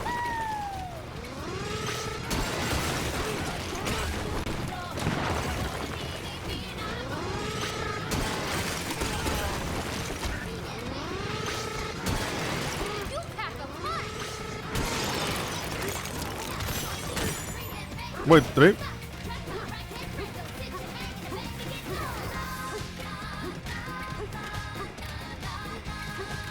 What? Ah, fuck this shit. Ugh. Alright. Enough monkeying around. What an adventure. I'm gonna go now. Fuck. I'll see you tomorrow for nothing. Oh, I didn't record. Fuck. Bye.